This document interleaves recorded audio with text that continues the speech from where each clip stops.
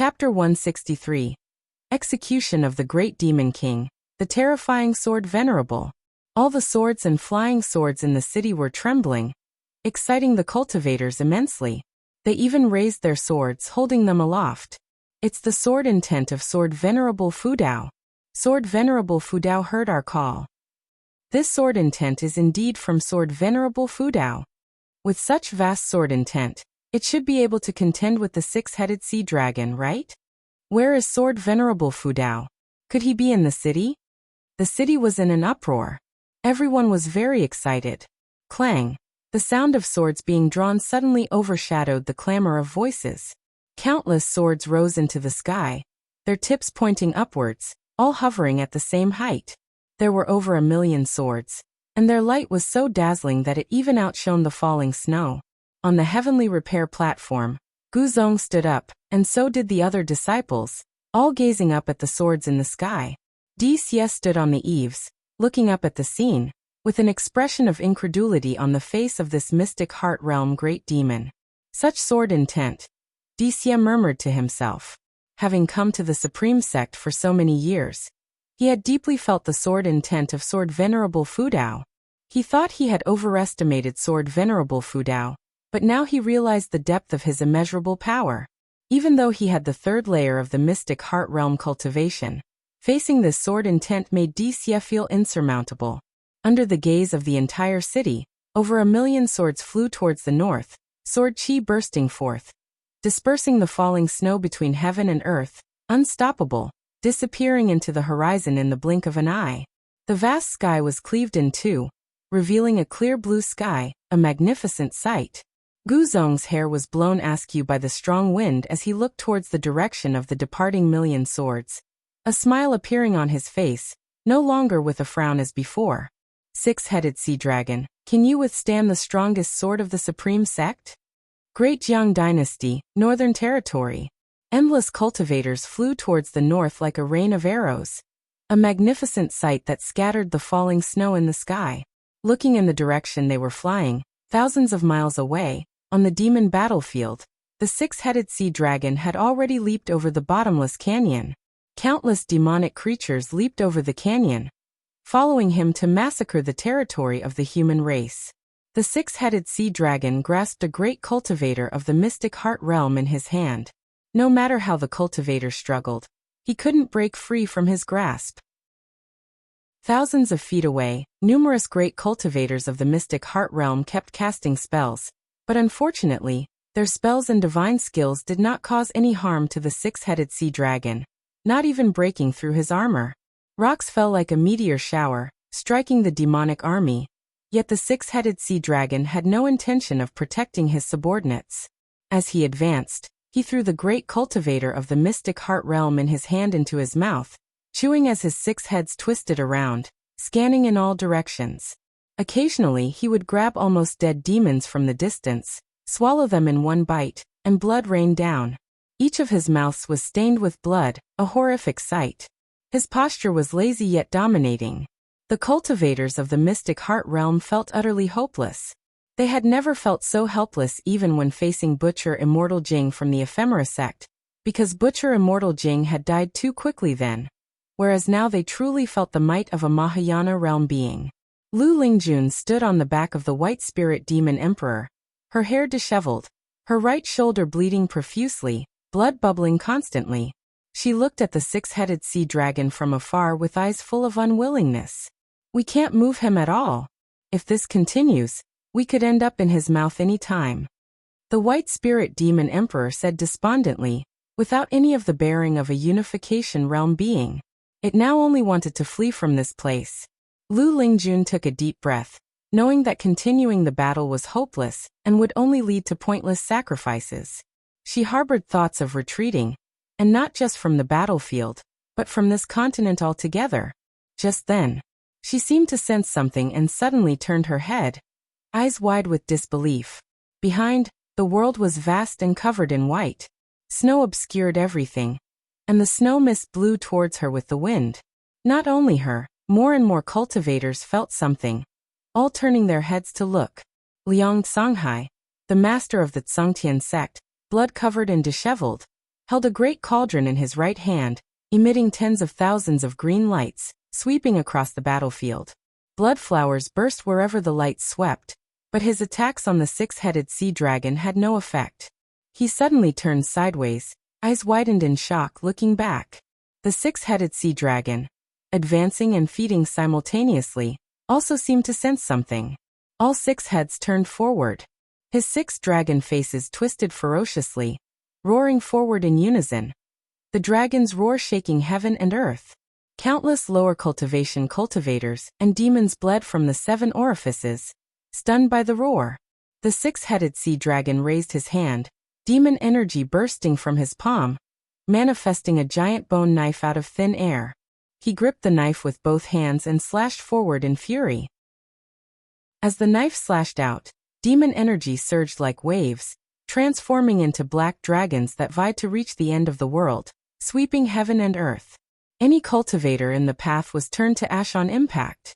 Boom! A shocking thunderous sound came from the horizon. Sword light illuminated heaven and earth, and a terrifying sword chi, at a speed far surpassing the black dragon's demon energy, came killing from the horizon. Countless cultivators were overtaken by the sword chi along the way. These cultivators only felt heaven and earth brighten suddenly. Next, they were enveloped by a mysterious and vast sword intent, their pupils dilating.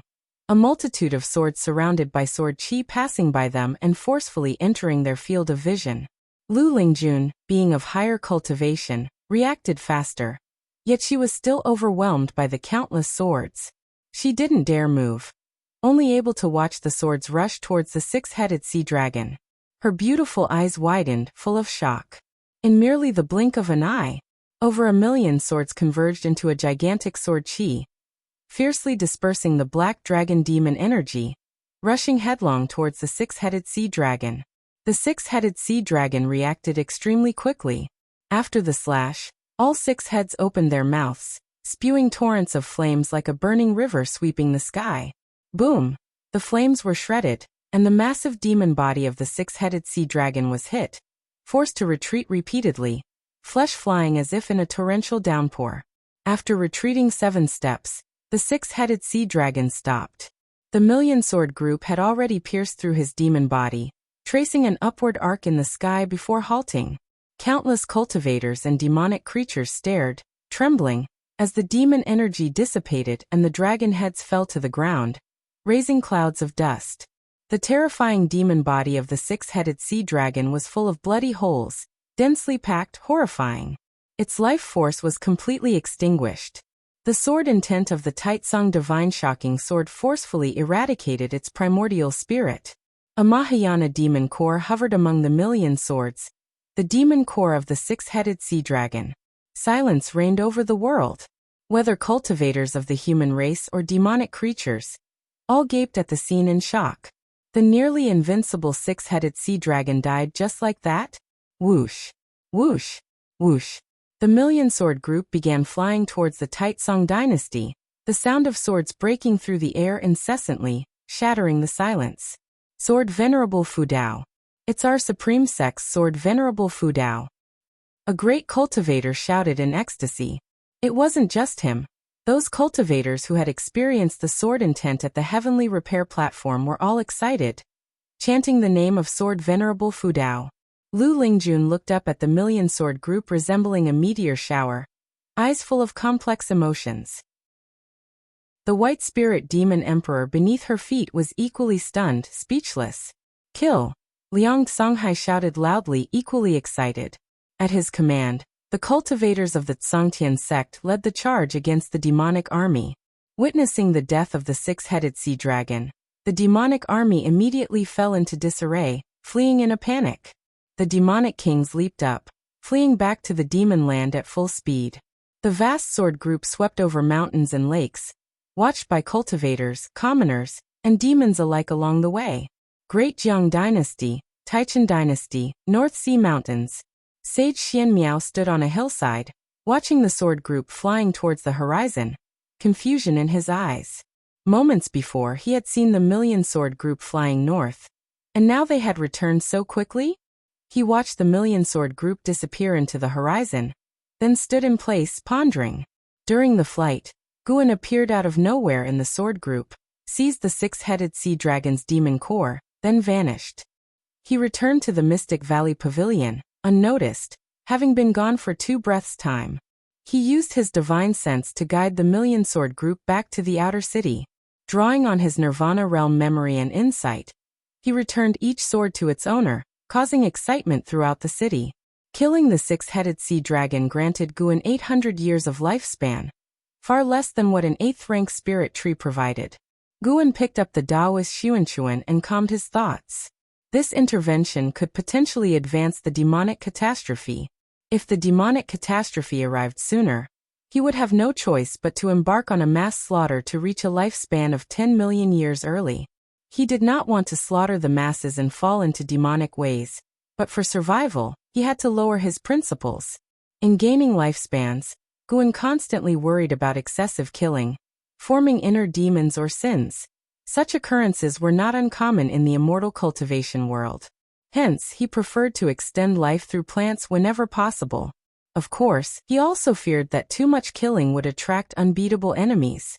He tried to avoid thinking about these things, wondering instead what abilities would be unlocked with a 10-million-year lifespan. In the outer city, Xie watched the ecstatic cultivators on the heavenly repair platform, lost in thought. With his perceptive power, he could sense that the demonic energy of the six-headed sea dragon had dissipated. How long had it been? Sword Venerable Fudao actually used others' swords to successfully slay the six-headed sea dragon. Xie knew the six-headed sea dragon. He disliked the six-headed sea dragon but had to admit its strength, ranking among the top in the 72 great demon kings. Being able to easily kill the six-headed sea dragon. How strong was Sword Venerable Fudao? Xie suddenly felt that the upcoming war between the two races had an unpredictable outcome. Sword Venerable Fudao might become the greatest obstacle for his father. He was not worried, even a bit expectant. Compared to the atmosphere of the demon clan, he preferred the atmosphere of the supreme sect. At least there was no internal strife. Xie looked into the distance, eyes playful, thinking curiously. Demon Master, you consider yourself to be extraordinary, thinking you can predict all things in heaven and earth. Could you have foreseen Sword Venerable Fudao? He walked up to the heavenly repair platform, ready to continue observing the sword intent of Sword Venerable Fudao. He had a premonition that the sword intent of Sword Venerable Fudao would be his greatest opportunity in this life. Chapter 164. Demon Invasion, Hunting Down the Mountain. At the end of the year, Guan arrived at Outer Gate City and noticed that the streets were full of disciples discussing Sword Venerable Fudao's feat of slaying the six-headed sea dragon. Some stalls were even selling six-headed sea dragon dolls, and there were various depictions of the creature, including illustrations of its death. As he looked at those pictures, he inexplicably thought of Shenzhen. Shenzhen was still in seclusion. If she weren't, she might have been inspired by this event as well. Not having seen her for many years, Guan found himself somewhat missing her. He wasn't missing her as a person, but rather her creative skills. He didn't want Shenzhen to stop writing, as long as she didn't write about him in her next book. Guan started wandering around the city, listening to the disciples praise Sword Venerable Fudao, feeling secretly pleased, and the anxiety had been unable to shake off gradually diminished. The demons in the Northern Territory had been swept away, and no great demon king on par with the six-headed sea dragon had appeared. It seemed like everything was moving in a positive direction. However, Guan knew that the great demonic calamity was still approaching. Not only in the Northern Territory of the Great Jiang Dynasty, but demons were also continuously invading human territories from east to west, near the demon land borders, although on a small scale that various sects could not completely stop. Thankfully, the number of demons infiltrating was not yet large enough to shake the foundations of the 8 dynasties, so Guan could still endure. After wandering for a long time, Guan finally headed towards the book collection hall to submit his book. What happened next made Guan laugh and cry. Great Elder Feng Shang hoped Guan could write Sword Venerable Fudao into Shattering Void, and enhance his image. This was the sect's intention. Guan pretended to be in a difficult situation, but then Feng Shang said the sect had prepared 106 tier medicinal herb seeds for him. so he reluctantly agreed. When the new year arrived, Yi Lan and Zhenqin did not return, making Guan spend the festival with the disciples, feeling that something was missing compared to previous years. This suddenly made him feel a bit uneasy. Years later, if all his old friends had passed away, would New Year's become a sad occasion for him instead of a joyful one? As midnight approached and he arrived at Nianchu Cave, these feelings began to fade. No matter what, Tianyao could at least accompany him for 18,000 years, and if she could undergo nirvana within that time, she'd accompany him even longer. However, he also had to learn to manage his own feelings and understand the nature of the world to achieve enlightenment. Next to the stone table, Guan and Tianyao began roasting lamb legs, chatting and laughing. Tianyao was always talkative when facing him, creating a festive atmosphere. By the way, Master, I've been hearing a strange sound lately, as if it's coming from outside. Could it be that a demon has discovered this cave? Tianyao suddenly asked, her mouth greasy, face smeared with sauce, her frown look making Guan want to laugh. Guan replied, "Don't worry, no demon will intrude here. I've seen the one making that sound. It's only temporarily residing in Heavenly Phoenix Mountain." Hearing this, Tianyao immediately felt relieved. "Oh, Master, where do you go after leaving the cave? Did you go live among humans?" Tianyao asked. "Yes, I have other caves to tend to." "Ah, Master, you don't have other demons raised, do you?" "There are a few, but none as powerful as you." "Are there any female demons?" "Of course not. Those demons lack the capacity to shapeshift." "That's good. Master, do you have a Taoist friend?" Tianyao seemed to have opened a can of worms, constantly pressing with questions. Guan raised an eyebrow under his mask and asked, "Where did you hear about Taoist friends?" Tianyao took a bite of lamb, replying unclearly, "From the books you left, do you have a Taoist friend or not?" Guan answered, "Of course not." Tianyao looked pleased, but Guan's next words made her face fall. "But there are a few women who might become my Taoist friends. I'm quite troubled, not knowing whom to choose." Tianyao put down the lamb leg, wiped the grime off her face and asked seriously, "Master, do you think I'm suitable?" Guan glanced at her and said irritably, "What? You want to climb ranks?" "It's not that. I just thought I could meet the standards of the Taoist friend in the books. Besides, I'll never betray you like those in the books. I'll definitely live and die with you in the future." Tianyao hastily explained, "You want to live and die with me, but I don't want to. I'm aiming for longevity." Guan was determined to live longer than heaven and earth, so he wouldn't be moved by such words. He replied grumpily, "Focus on your cultivation, little demon, and don't think about nonsensical things. Whether human or demon, cultivation should come first. Emotions should be at most a secondary pursuit." "All right, then what requirements do you have for a Taoist friend?" "I was just teasing you earlier. I won't seek a Taoist friend. If I did, imagine the sorrow when I have to bury her in the future." "That does seem reasonable." "I asked you to read books so you could understand the world's ways, not think about feelings." "I understand, no thoughts about feelings, but if Master wants, I'm always ready." Seeing Tianyao's serious expression, Guan's eyes couldn't help but drift downward, but he quickly looked away. He changed the topic and started talking about cultivation. Tianyao pouted, feeling a bit disheartened, but still listened attentively. She could only see Guan twice a month, so she cherished their time together. After the new year, the name of Sword Venerable Fudao was already spreading across the world. The supreme sect wasn't idle either, issuing many demon-slaying tasks, prompting more disciples to descend the mountain to save the common people. Mystic Valley inside a pavilion. Guan was weaving a robe for himself. Normally, he didn't need to meditate or absorb energy, so he had plenty of time to pursue his hobbies, tailoring being one of them. The reason he wanted to weave a robe was that he was preparing to descend the mountain to slay demons and monsters. Partly to help the common people and partly to seize the opportunity to extend his life, striving to reach a lifespan of 10 million years as soon as possible. He also wanted to experience the lives of Yi Lan and Zhenqin. Finally, Guan finished the robe, stored it in his storage bag, and then took up the Qinghong sword and walked out of the pavilion. He greeted Lu Jiujia and left Mystic Valley. Lu Jiujia wasn't curious about where he was going. After all, he frequently left Mystic Valley. And in the eyes of the disciples in the valley, the master was a busy man. Under the blue sky and white clouds, Guan stood on a cliff, wearing a dark purple robe. A belt cinched his waist, and an embroidered dark red phoenix adorned his robe, with the Qinghong sword sheathed at his waist. He took out an opera mask, put it on, and then placed a bamboo hat on his head. After adjusting himself, he used his divine sense to inspect his appearance. The figure looked good, exuding a compelling aura, like a wandering hero in martial arts legends. Guan leapt into the forest below, quickly disappearing from sight. Hundreds of miles away, a battle was taking place in the wilds. Several escort vehicles were halted, and over a dozen armed escorts were fighting against attacking demon beasts from all directions.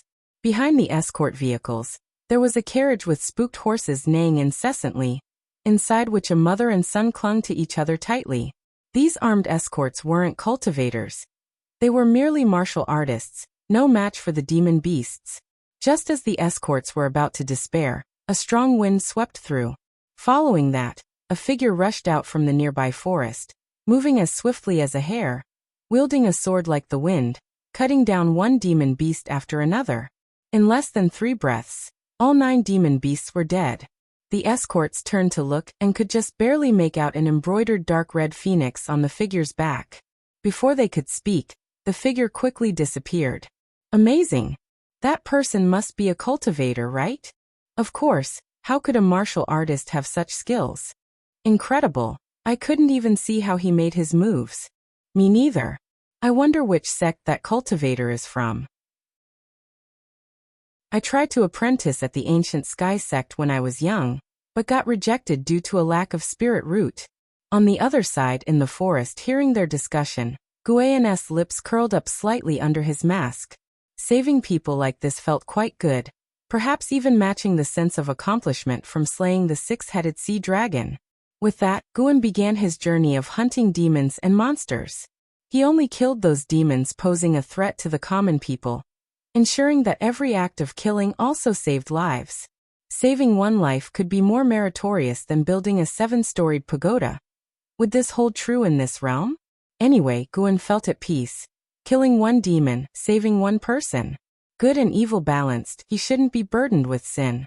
Late at night, a group of cultivators were meditating in the forest, campfires scattered around, with 5 or 6 people by each fire. Yilan and Zhenqin were among them.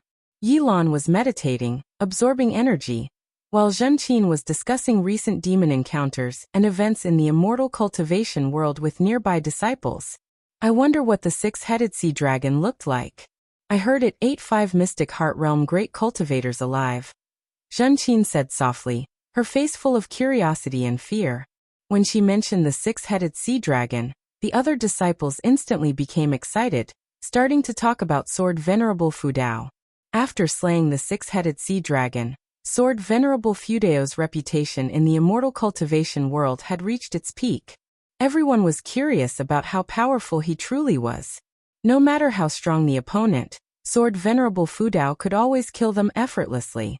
As they chatted, they started discussing some of the major happenings in the immortal cultivation world. Recently, Hateful Heaven Divine Sword Su Han absorbed the spiritual power of 20 nascent soul realm cultivators. He is said to be on the verge of entering the divinity transformation realm. What kind of demon skill is he practicing? A male disciple worriedly said. They spent their years slaying demons and monsters outside, so they were concerned about running into Su Han. Listening to their discussion about Su Han, Zhenqin suddenly felt downhearted. What's this? You want to know what cultivation techniques Su Han practices? Well, you're in luck tonight, you'll find out. A chilling laugh suddenly echoed through the forest, startling the disciples of the law enforcement hall. They all quickly stood up, with Yilan also rising, drawing the white spirit sword, ready for battle. Prepare for battle, Yilan said in a deep voice. The disciples each took out their magic artifacts and quickly gathered together. Looking around, the silent forest under the night sky was so eerie, with mist swirling in the depths, obscuring any figures. Yilan suddenly looked in a direction and frowned. The others did the same, only to see figures emerging from the darkness, carrying a coffin. Chapter 165. 8 million years of lifespan. Looking at the group of black silhouettes carrying a coffin, Yilan furrowed her brows tightly. The other disciples were the same. They couldn't discern the aura of the other party, which made their hearts sink. The newcomers were indeed the 9 Nether 13 evil. Underneath the night sky, they were like 13 ghostly shadows, so terrifying. We are disciples of the law enforcement hall of the Supreme Sect. What do you intend to do? A male disciple shouted in a deep voice. In the Taitsong dynasty, as disciples of the Supreme Sect, they still had some confidence. Upon hearing this, the 9 Nether 13 evil were unmoved. Seeing them continually approaching, the disciples of the law enforcement hall had to retreat. All right, don't scare them. Let them leave quickly. A weak voice came from inside the coffin. Zhenqin widened her eyes and couldn't help but shout. Seen your brother, Su? Su-han? The disciples of the law enforcement hall were greatly shocked, speeding up their retreat, and Yilan's face also became serious. Su-han's name in the world of immortal cultivation was like thunder, but his reputation was of fiendish ferocity. So it's your junior sister. No wonder you want to let them leave. Then hurry up and get lost. A black silhouette said sinisterly. Zhenqin wanted to speak, but Yilan stopped her, and without uttering harsh words, led the disciples away immediately. As they left, Zhenqin frequently looked back, her gaze falling on the coffin, but unfortunately, she couldn't see through it. Just like that, Yilan and the others quickly departed. The 9 Nether 13 evil then put down the coffin, and the coffin lid was opened. Su-han sat up from inside, his hair disheveled, one hand clutching the coffin board. The 9 Nether 13 evil spread out, setting up formations in all directions. Su-han stared in the direction where Yilan, Zhenqin, and others had left, his eyes complex, lost in thought. Thousands of miles away, above the forest, Guan stood atop a tree, watching the scene from afar. He embraced the Qinghong sword, his face concealed by a mask, only his eyes flickering with a ghostly light. After watching for a while, Guan finally turned around and leaped into the mountain forest. Spring arrived, everything revived. The sky over the Supreme Sect turned blue, dotted with white clouds, and the scenery was delightful. In the third medicine valley, Guan was picking medicinal herbs, an Xian following beside him, holding a bamboo basket. In those days, Guan would go out daily to save people and slay demons. Although his lifespan did not increase rapidly, it still increased by several thousand years each day. Mainly, he wasn't solely targeting demons. In the process, he also experienced the various states of the mortal world. Valley Master, have you any news of my brother? An Xian suddenly asked, a question she had held back for a long time. She knew Guan was acquainted with Anhao, especially familiar with Anhao's master, LV Baitian. While picking medicinal herbs, Guan replied, I heard that he is in Tianwei and is said to marry the princess of Tianwei. The auspicious date is not yet decided, and he is currently in seclusion cultivating in Tianwei. This matter was not secretive and had already spread within the inner sect. As the first genius of the Supreme Sect, any of Anhao's actions could stir up rumors. The Supreme Sect had already sent elders to discuss the matter. The sect supported Anhao's marriage with the Tianwei imperial family. Hearing this, an Xian sighed in relief and asked smilingly, how is the princess of Tianwei in terms of talent and beauty? In terms of talent, that I don't know. It said she's quite beautiful. You know your brother, don't you? If the looks weren't good enough, would he even consider her? Guan responded. Talking about Anhao brought more smiles to Anzin's face. She began recounting Anhao's childhood embarrassing moments, and Guan listened intently without showing any impatience. Guan also felt happy that Anhao could get married. Despite not having married himself, just thinking about the disciple he raised getting married uplifted Guan's mood. After finishing picking the medicinal herbs, the two headed towards the pavilion complex. Guan had an Xian bring the herbs to the storage building, while he went upstairs alone to relax and read. By dusk, Guan left the third medicine valley and continued with his roaming plan. Months passed swiftly, and Guan's 90th birthday arrived. During this period he had slain over 12,300 demon beasts, gaining nearly 400,000 years of lifespan, bringing his total lifespan to over 8 million years. All the cultivators in the world were slaying demons and rescuing suffering people. Therefore, Guan had not yet made a name for himself, but the tens of thousands he had saved remembered him. Sooner or later, his deeds would be widely known. 8 dynasties were still at war, pushing for unification, while the immortal cultivation world was resisting demons. Yet no matter how many demons were killed, the number of demons in the lands of the 8 dynasties kept increasing. The demon calamity was different from what many imagined. It wasn't about countless demons attacking all at once but a continuous infiltration. Perhaps when the demon ancestor resurrected, the situation would be entirely different. A sweltering summer day. Disguised, Guan walked along a mountain path. Along the way, there were many refugees, with sallow faces, dirty and disheveled, staggering along like walking skeletons. Even as they brushed past Guan, they didn't turn their heads, as if nothing mattered to them. Such situations were not new to Guan. These refugees' homes were likely destroyed by demons, forcing them to head to other cities. However, demons weren't the only troubles in these times. There were also evil people preying on the vulnerable. Looting was common. Guan had even killed several evil men who were assaulting women. Guan also did not look at the refugees. He was pondering a question. If he didn't have the ability to steal lifespans, how would he survive in this world? From the Holy Land nurturing demons to harm the living to the common folks suffering from demons and evil men. Even though Guan wanted to cultivate in peace, if he could do something within his power without endangering himself, he would still like to help. As he walked and pondered, he suddenly sensed an aura coming from the south. He ceased his thoughts and extended his divine sense. The divine sense of the 9th layer of the Nirvana realm swept over mountains and rivers, lakes and seas, arriving at the vast blue ocean. He saw a brilliant white light appear at the horizon, carefully observing.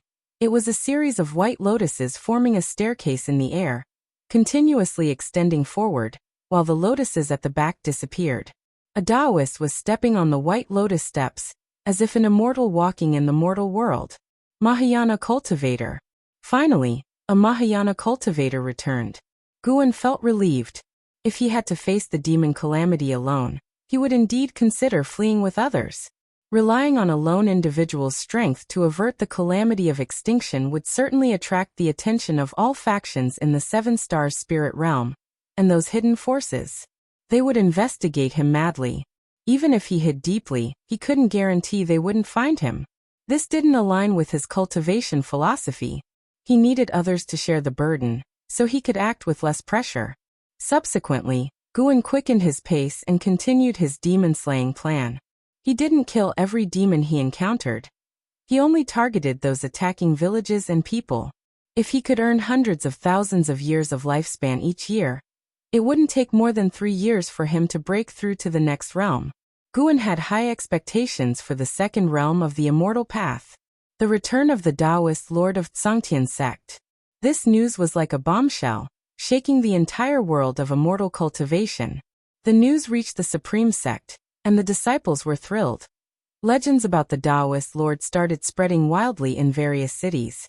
When Guan went to the book collection hall at the outer sect to return books, he heard many disciples discussing the Taoist Lord. Although information about the Taoist Lord was scarce, one thing was clear. The Tsangtian sect regarded him as a Mahayana cultivator. After years of calamities, Mahayana realm was no longer a secret in the world of immortal cultivation. It symbolized the pinnacle that mortal spirits could reach, representing the highest realm in immortal cultivation. With the return of the Taoist Lord, various sects were actively contacting their long-out supreme elders, hoping for the emergence of a Mahayana cultivator. It's worth mentioning that this month, the Wuzhen dynasty surrendered to the Taitsong dynasty, which expanded its territory yet again, and Tianwei annexed the Great Zhao dynasty. Thus, the land of the once 9 dynasties turned into 6 dynasties. In terms of vastness, the Taitsong dynasty was the largest. Even in the world of immortal cultivation, the name Li Xiandao was often mentioned. After leaving the book collection hall, Guan walked on the streets, listening to the surrounding disciples' discussions about the various events in the immortal cultivation world. He enjoyed it greatly. The immortal cultivation world was consolidating its strength, so he couldn't afford to fall behind. He aimed to break through to the second realm of the immortal path quietly before the world was unified. An hour later, Guan left the outer gate city and headed towards the North Sea Mountain to the medicine garden of Sage Xianmiao to pick herbs. By midnight, Guan moved again. This time he came to a valley, just under 200 miles from the nearest town. The valley was filled with dense demon energy, and there were dozens of captives and over 200 demons, the strongest of whom had reached the nascent soul realm. That demon was severely injured and had ordered his subordinates to capture people. Guan stood on a cliff, overlooking the flickering firelight in the valley, suddenly capturing an aura, his eyes narrowing beneath the mask. He didn't hesitate and jumped down. Facing the demons in the mortal world, Guan never used spells or divine skills. He relied solely on swordsmanship to slay demons.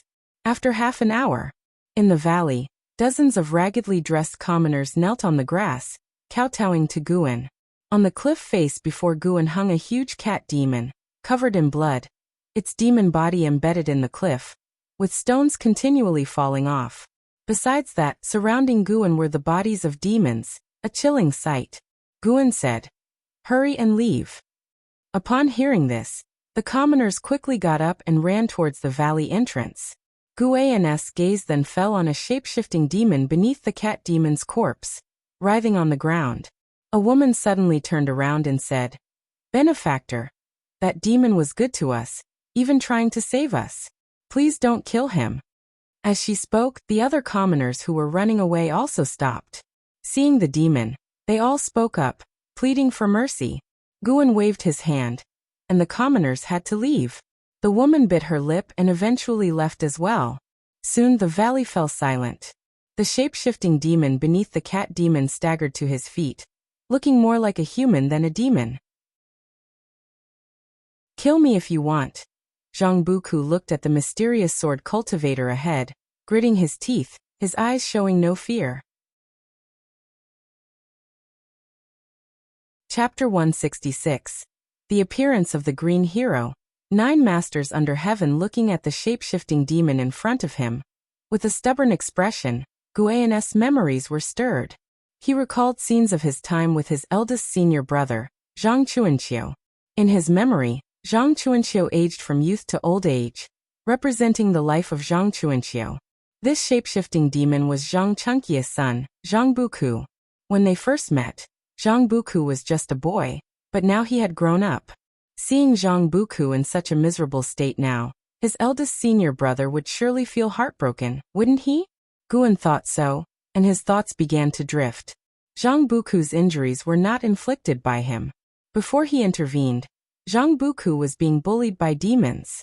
When he killed the demons earlier, Zhang Buku pounced on him, but he kicked him to the ground. Zhang Buku could barely stand up until all the demons were dead. According to the words of those commoners, Zhang Buku had indeed not committed any evil deeds. But why did this kid have an attitude of seeking death? Guan raised the Qinghong sword in his hand, pointing at him and asked, "Do you really want to die?" Zhang Buku did not hesitate, his face twisted in rage. And he lunged directly at Guan. Guan held the sword in a reverse grip, pressing the hilt against Zhang Buku's chest. His upper body leaned back, making Zhang Buku unable to reach him. Before Zhang Buku could change his move, Guan took off his mask and placed it on Zhang Buku's face. Zhang Buku instinctively retreated, then took off the mask, glaring furiously at Guan. As he was about to throw the mask at Guan, his eyes widened, and he looked astonished. "Gu, martial uncle?" Zhang Buku cautiously asked. Guan wasn't afraid of revealing his identity, because although the strength he displayed when slaying demons was strong, it was far from his true cultivation level, and only this way would Zhang Buku stop his attack. Guan asked with a smile, "Do you still remember me?" Zhang Buku wiped the blood off his face, excitedly replying, "Of course I remember. You even gave me a spirit energy elixir. How could I forget?" Guan sheathed his sword, then took out some healing medicine and handed it to him, instructing him to heal first. Zhang Buku did not refuse. He took the elixir and sat down to meditate, healing his injuries while watching Guan collect demon treasures. An hour later, the two of them came to a small river. Zhang Buku squatted down, beginning to wash his face and clean his wounds in the process. After he finished cleaning, he turned to look at Guan, who had put the mask back on, and asked, "Martial Uncle Gu, why are you dressed like this?" He was no longer the ignorant boy of the past. After wandering the immortal cultivation world for so long, he was well aware of the supreme sect's status. Within the Taizong dynasty, wherever the disciples of the supreme sect went, they were always honored. Guan replied, "In an era of chaos caused by demons, although I have the heart to save the suffering, I also fear trouble. That's why I wear a mask, not wanting to be recognized." Zhang Buku suddenly understood. He remembered his father's evaluation of martial Uncle Gu. Cowardly, cautious, yet possessing a warm heart. "Be sure not to tell anyone about what I did," Guan added. Zhang Buku chuckled. "Don't worry, I'm very tight-lipped. Besides, martial Uncle Gu just saved my life. How could I ever harm you?" Guan patted his head and asked, "Why were you mingling with those demons?" Upon hearing this, Zhang Buku's smile instantly froze, and he lowered his head. The night wind was hot, and Guan looked at Zhang Buku's back, sighing in his heart. There was no need to ask, Guan could guess his predicament. The union of human and demon, born in a human environment, but as he grew up, his demon energy increased. Humans would not tolerate him, and his views had been shaped by Zhang Chuanxiu. How could he integrate into the demon clan? Guan had previously heard those demons mocking him for his impure blood, which showed that the demon clan did not accept him either. "I recently acquired a cultivation technique, said to be from the Thousand Autumn Pavilion. As I am from a righteous path sect, I cannot cultivate it, so I might as well pass it on to you," Guan suddenly said, then took out a secret book from his storage bag. It was titled Demon Shadow Divine Skill. In reality, it was the cultivation technique for the 9 extremes yin-yang body. Upon hearing this, Zhang Buku could not help but raise his head to look. Staring at Guan's outstretched hand, he felt a bit dazed.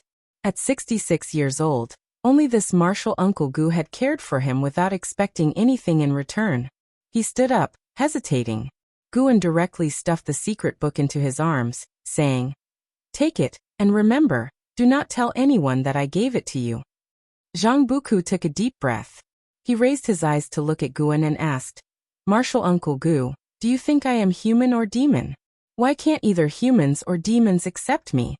Guan asked in surprise. "Who said neither can accept you? I accept you. Does it matter whether you are human or demon? Buku, the suffering you are enduring now may be due to a troubled world. Think of those people trapped in the valleys. How many can control their own fate? You can cultivate, which already surpasses 90% of living beings." Zhang Buku fell into a trance, thinking about those who were suffering. What matters is not the identity you were born with, but the existence you want to become in this life, Guan said earnestly. Zhang Buku took a deep breath and said, "Thank you, Martial Uncle Gu, for your guidance." Guan feared that Zhang Buku might seek death, so he continued, "When your father was young, he always said how wonderful it would be if his spirit root qualification weren't poor. He also wanted to explore the world, to travel across Great Jiang north and south, to reach the highest point and ask the heavens if there really were immortals. What you possess now is something your father could not touch in his entire life. Cultivate well, and immortal cultivation will guide you to find the meaning of life." Zhang Buku's maximum lifespan was 2,300 years. Even with half demon blood, it proved that his qualification was not poor. After saying this, Guan patted Zhang Buku's shoulder, and then left behind a storage bag before leaving. Zhang Buku hurriedly asked, "Martial Uncle Gu, where are you going?" "To save those who, like you, are suffering." Guan waved his hand without looking back. Zhang Buku watched his back, his eyes full of admiration. He understood the background of martial Uncle Gu, who had no parents, born as a house servant, while he at least had his father accompany him to adulthood. Martial Uncle Gu was so carefree, so why should he lament and blame himself? When he noticed the storage bag on the ground, Zhang Buku couldn't help but pick it up. Just as he was about to call out to Marshal Uncle Gu, he could no longer see his figure. He probed the storage bag with his divine sense, and immediately a complicated expression appeared on his face. Inside were all the demon treasures left behind by the earlier demons. He held the storage bag tightly, lowered his head, and tears streamed down his cheeks. As he cried, his mouth began to smile. I will cultivate well, Marshal Uncle Gu. One day I will repay you and make you proud. A year passed by quickly. During this year, great cultivators gradually returned from overseas, and each great cultivator's life deeds were promoted by his sect, spreading throughout the world, inspiring all cultivators with boundless enthusiasm. The great calamity of demons was terrifying, but just like Pan's book Shattering Void, the human race, with their perseverance, would surely endure all calamities.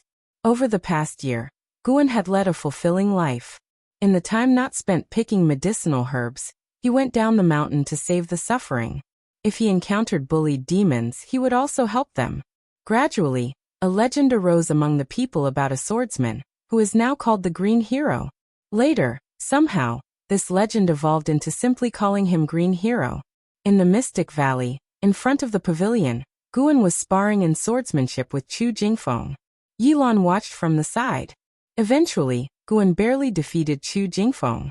He wiped the sweat from his forehead, lamenting, without using spiritual power, it is truly difficult to win against Brother Chu relying solely on swordsmanship.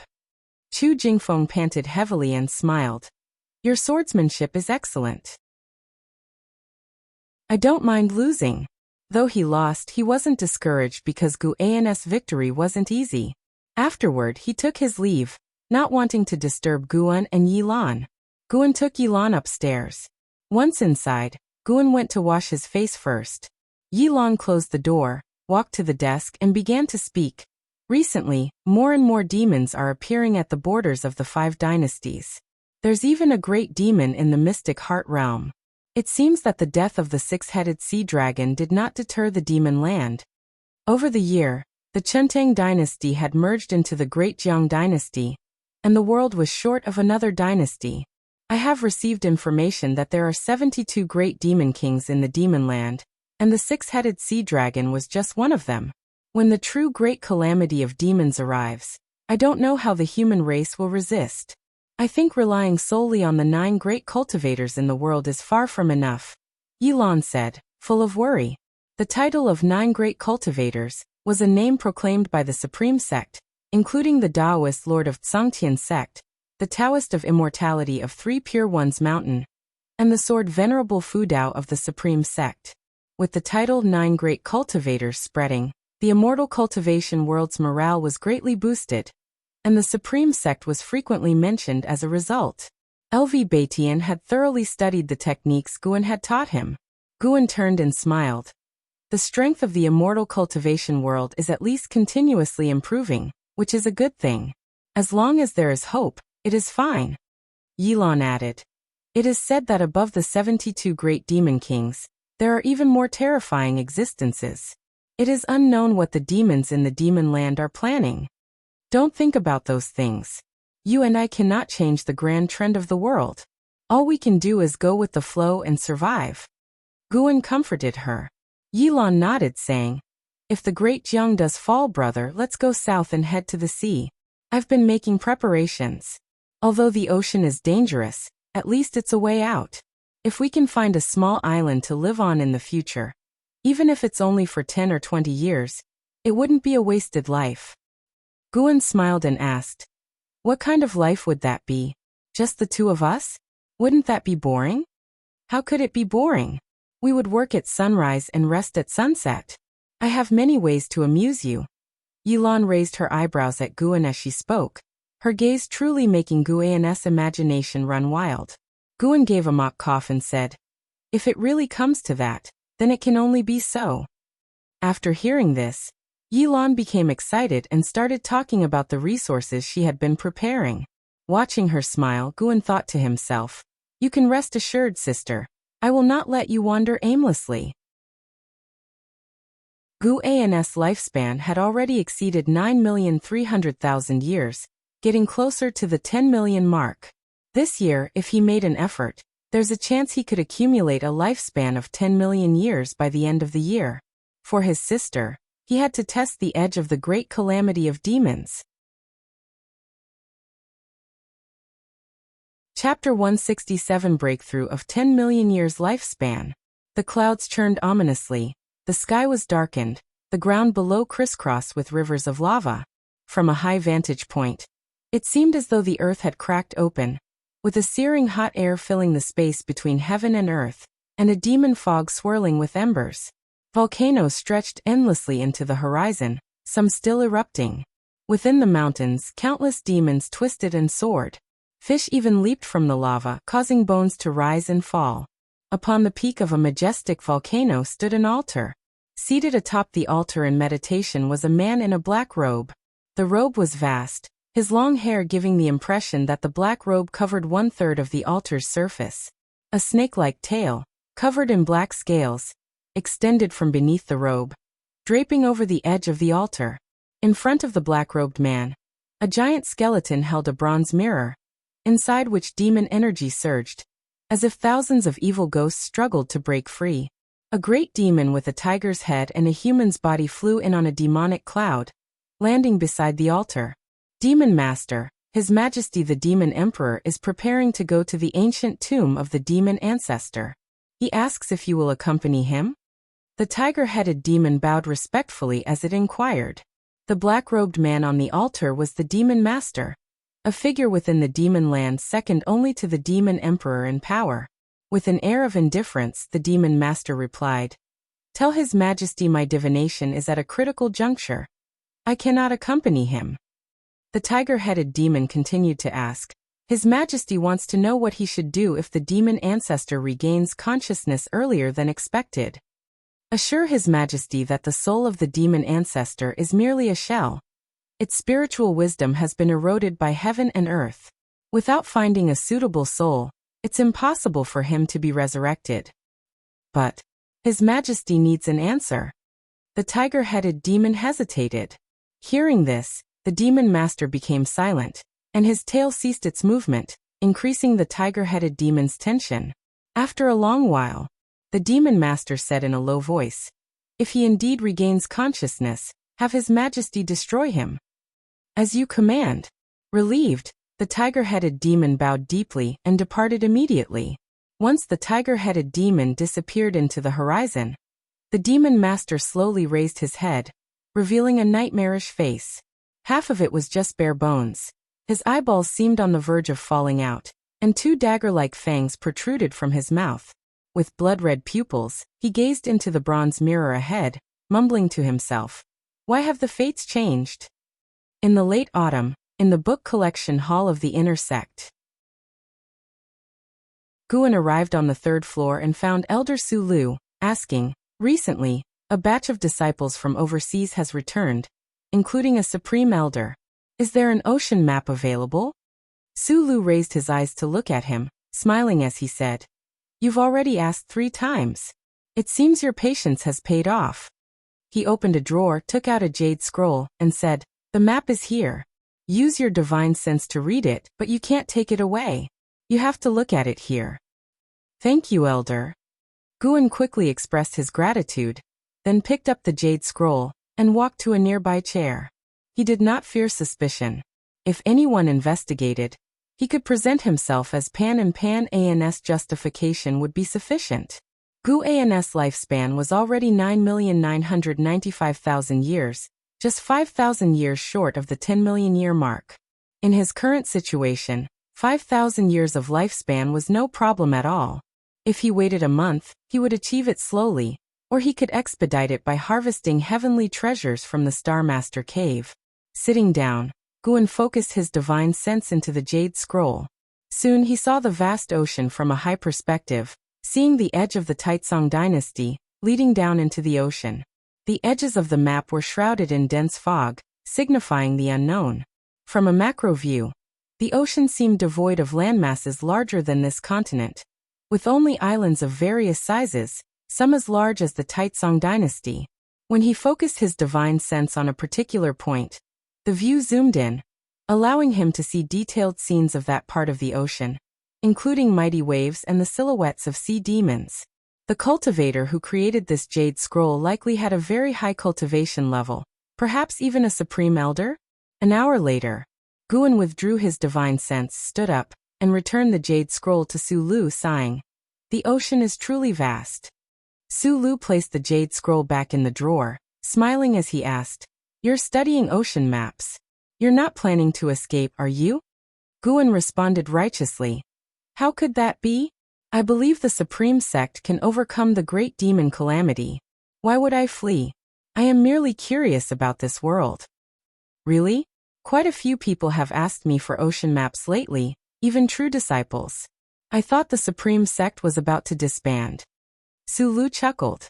Guan asked, "And what about you? If the Supreme Sect needed all disciples to fight to the death, what would you choose?" Su Lu smiled.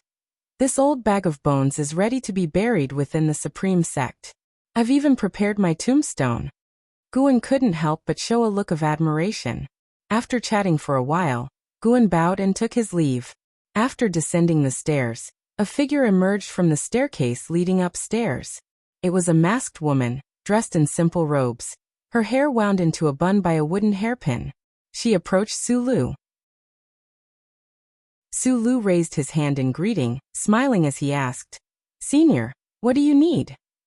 The masked woman drew several jade scrolls from her sleeve and said, "If that disciple comes looking for maps again, you can give him these." Accepting the jade scrolls, Su Lu couldn't help but ask, "Do you know him?" "In a way, yes. Someone wants to take him as a disciple, and he has another identity worth cultivating." Leaving these words, the masked woman vanished into thin air. Looking at the jade scrolls on the table, Su Lu muttered to himself, "Another identity? He's just a Foundation Establishment realm cultivator, always reading idle books. What identity could he have? Could it be Panin? Impossible. How could Panin enjoy reading Taoist Sunshin's books? Is he the author of the Supreme Secret Records, writing under his real name?" Winter set in, bringing late snowfall this year. After nightfall, Guan first went to the Mystic Heaven Cave Mansion to harvest a batch of medicinal herbs, and then replant them. Leaving the Mystic Heaven Cave Mansion, after a few steps, he arrived at the Nianchu Cave on Heavenly Phoenix Mountain. Tian Yaoer was practicing the Limitless Freedom Step, her figure moving deftly. Despite the short distance, the divine skills were already evident in her movements. This demoness comprehension was indeed high, but to reach 100 miles in one step, or even 1,000, would require many more years. As for achieving Gu An's level, he currently saw no hope. With just a glance, Guan turned and began gathering medicinal herbs. Tian Yaoer spotted him, her face lighting up with delight as she quickly rushed over. A fragrant breeze hit Guan, and Tian Yaoer hugged him, rubbing her face against his chest, causing him some exasperation. Why was this girl getting more and more clingy? "Why do you suddenly have a fragrance?" Guan asked, raising an eyebrow, lightly patting Tian Yaoer's thigh as she became even bolder. Hugging was one thing, but using her legs to rub against him was too much. Tian Yaoer looked up, giggling. "I don't know either. Maybe it's my natural scent. Master, do you like it?" Guan pressed his hand to her forehead, pushing her away. "It's passable. I have to pick herbs, so you keep practicing." Guan was sincere. Although Tian Yaoer smelled good, it didn't stir his heart. Tonight he would reach his 10 million year lifespan. Tian Yaoer didn't listen but followed him, asking about his preferences while he harvested. Guan absent-mindedly responded, his thoughts already drifting overseas. He had begun to envision higher realms. After a while, Guan suddenly sensed something, pausing briefly before continuing his harvest. His divine sense reached out beyond Nianchu Cave, scanning the distance.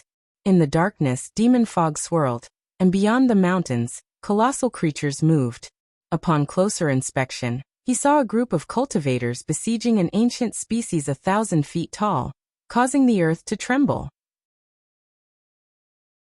The ancient species resembled a turtle, with a mountain, which was also a volcano, on its shell and 3 snake-like heads continually spewing demonic flames.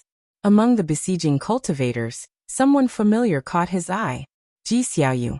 Why was she near Heavenly Phoenix Mountain? Ji Xiaoyu's cultivation level had reached the nascent soul realm's 7th layer. The cultivation levels of those with her were all at least divinity transformation realm, numbering 27, including one mystic heart realm cultivator watching from afar. Guan could sense a demonic energy approaching from the distance, a cultivation level at the mystic heart realm's 5th layer. Were these cultivators from the 7 stars spirit realm? Guan pondered quietly, without pausing in his actions. Before long, the mystic heart realm great demon attacked, forcing the mystic heart realm cultivator to intervene. A battle between mystic heart realm cultivators erupted, prompting Ji Xiaoyu and the others to retreat from the battlefield. Seeing the evenly matched mystic heart realm battle, Guan retracted his divine sense and continued gathering medicinal herbs earnestly. After a while, Guan abruptly stopped as 2 notifications appeared before his eyes. Your lifespan has first surpassed 10 million years, activating the lifespan fusion function. Lifespan fusion. Consume lifespan to break the rules of heaven and earth and the laws of the heavenly Tao, fusing different divine skills, spells, and powers. The consumption is determined by the fused objects. Fusion? Guan's first thought was of his 5 elements treasure body. He could finally fuse its cultivation technique into the 5 elements skill. Expectancy shone in his eyes. Master, why did you stop? Asked Tianyao nearby. Guan replied, I was wondering if the amount of herbs has decreased, worried you might be stealing some. With that, he continued picking herbs. Tianyao grew anxious, swearing she hadn't stolen any. Guan teased her for a bit before assuring her he was joking. Tianyao, dissatisfied, pouted and glared at him as though she wanted to eat him alive. It was the first time Guan had seen her truly angry. Once the herbs were gathered, Guan placed an arm around her shoulder, comforting.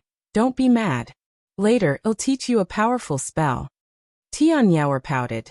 The primordial earth immortal skill and limitless freedom step are already enough for me to practice. I don't need spells. Then what do you want? Let me think. How about you stay with me for a night? To practice cultivation? No, to read books together, while lying down. Hearing this, Guan immediately sensed something amiss. This girl was getting bolder. Chapter 168. Arrival in the ocean, merging cultivation technique. Faced with Tianyao's multiple attempts at pleading, Guan finally agreed to stay with her overnight. Tonight, he would break through a lifespan of 10 million years, allowing himself to relax for an evening. After Guan agreed, Tianyao became even more cheerful. To celebrate reaching a 10 million year lifespan, Guan also returned to Mystic Valley to fetch some lamb for a barbecue, which moved Tianyao greatly. She even thought Guan was commemorating the special day. During the barbecue, Guan's divine sense remained locked on the battlefield at the edge of Heavenly Phoenix Mountain. More and more demons were gathering. The great cultivator in the mystic heart realm leading Ji Xiaoyu and the others could not secure victory immediately, which dragged Ji Xiaoyu and the others into the battle. If the fight continued like this, doom was likely. It was uncertain whether these people were from the Ji family, or from the 7 stars spirit realm. Guan pondered this, while chatting with Tianyao, making sure she did not notice any flaws in his behavior. An hour later, the great cultivator in the mystic heart realm sustained severe injuries, and had to lead Ji Xiaoyu and the others to escape. But by now, it was too late to flee. Guan lay under the tree, giving pointers to Tianyao on her cultivation. Tianyao was continuously practicing the limitless freedom step in front of him. Occasionally he gave his critiques. For each of his comments, Tianyao felt aggrieved, her small mouth pouting. You promised to lie down and read books together. Liar. Big liar. The more Tianyao trained, the redder her eyes became. Guan found her expression amusing. Today he would teach her a lesson. The harder you try to get something, the tougher it is to obtain. That was the meaning of life. If she started having these wild thoughts after just a few years, how would she endure thousands, or even tens of thousands of years? Guan was moved by his own broad-mindedness. Tianyao was indeed lucky to have met him. If it were another master, she would be doomed. Under the black sky, Ji Xiaoyu, clad in black, was fleeing quickly through the wilderness haunted by monsters and demons. Upon seeing her figure, these creatures all charged toward her. With a sword in her right hand, she used the heavenly dragon demon suppressing form. A golden dharma aspect appeared behind her, and golden dragons emerged from it, massacring demons and monsters from all directions. Soon, she dissolved the heavenly dragon demon suppressing form and slew demons and monsters with her sword. She could no longer tell directions, and could only run in a single direction. She did not know how much time had passed. Ji Xiaoyu's spiritual power depleted. As she ran, she took spirit energy elixirs, but the spiritual power provided by these elixirs was completely inadequate for fighting. She stopped beneath a hill, swiftly took out small flags and talisman papers, and within 5 breaths, set up a formation, becoming invisible within a circled area. She sat down to meditate, beginning to cultivate energy. Demons flew over her head, unable to see her form.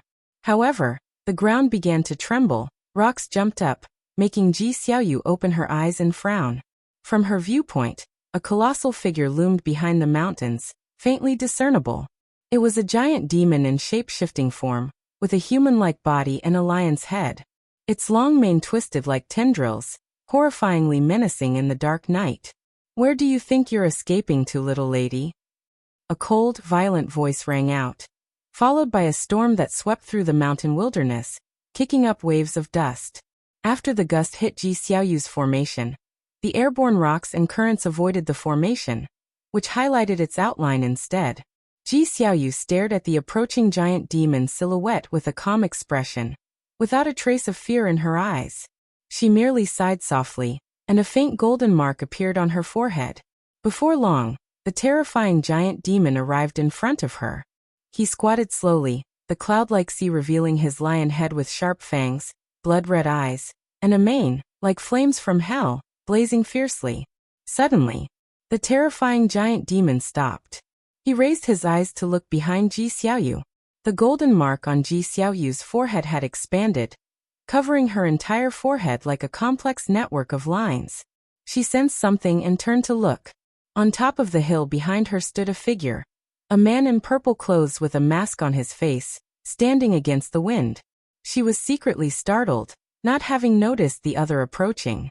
"Where did you come from?" the terrifying lion demon roared in anger, swinging a palm toward the hill. With one palm strike, Ji Xiaoyu's formation shattered under immense pressure. Small flags plunged into the ground, talisman papers fluttered, and her hairpiece was blown off, her hair dancing wildly. Boom! With a deafening roar, the earth shook and the sky trembled, forcing even Ji Xiaoyu, in the 7th layer of the nascent soul realm, to close her eyes.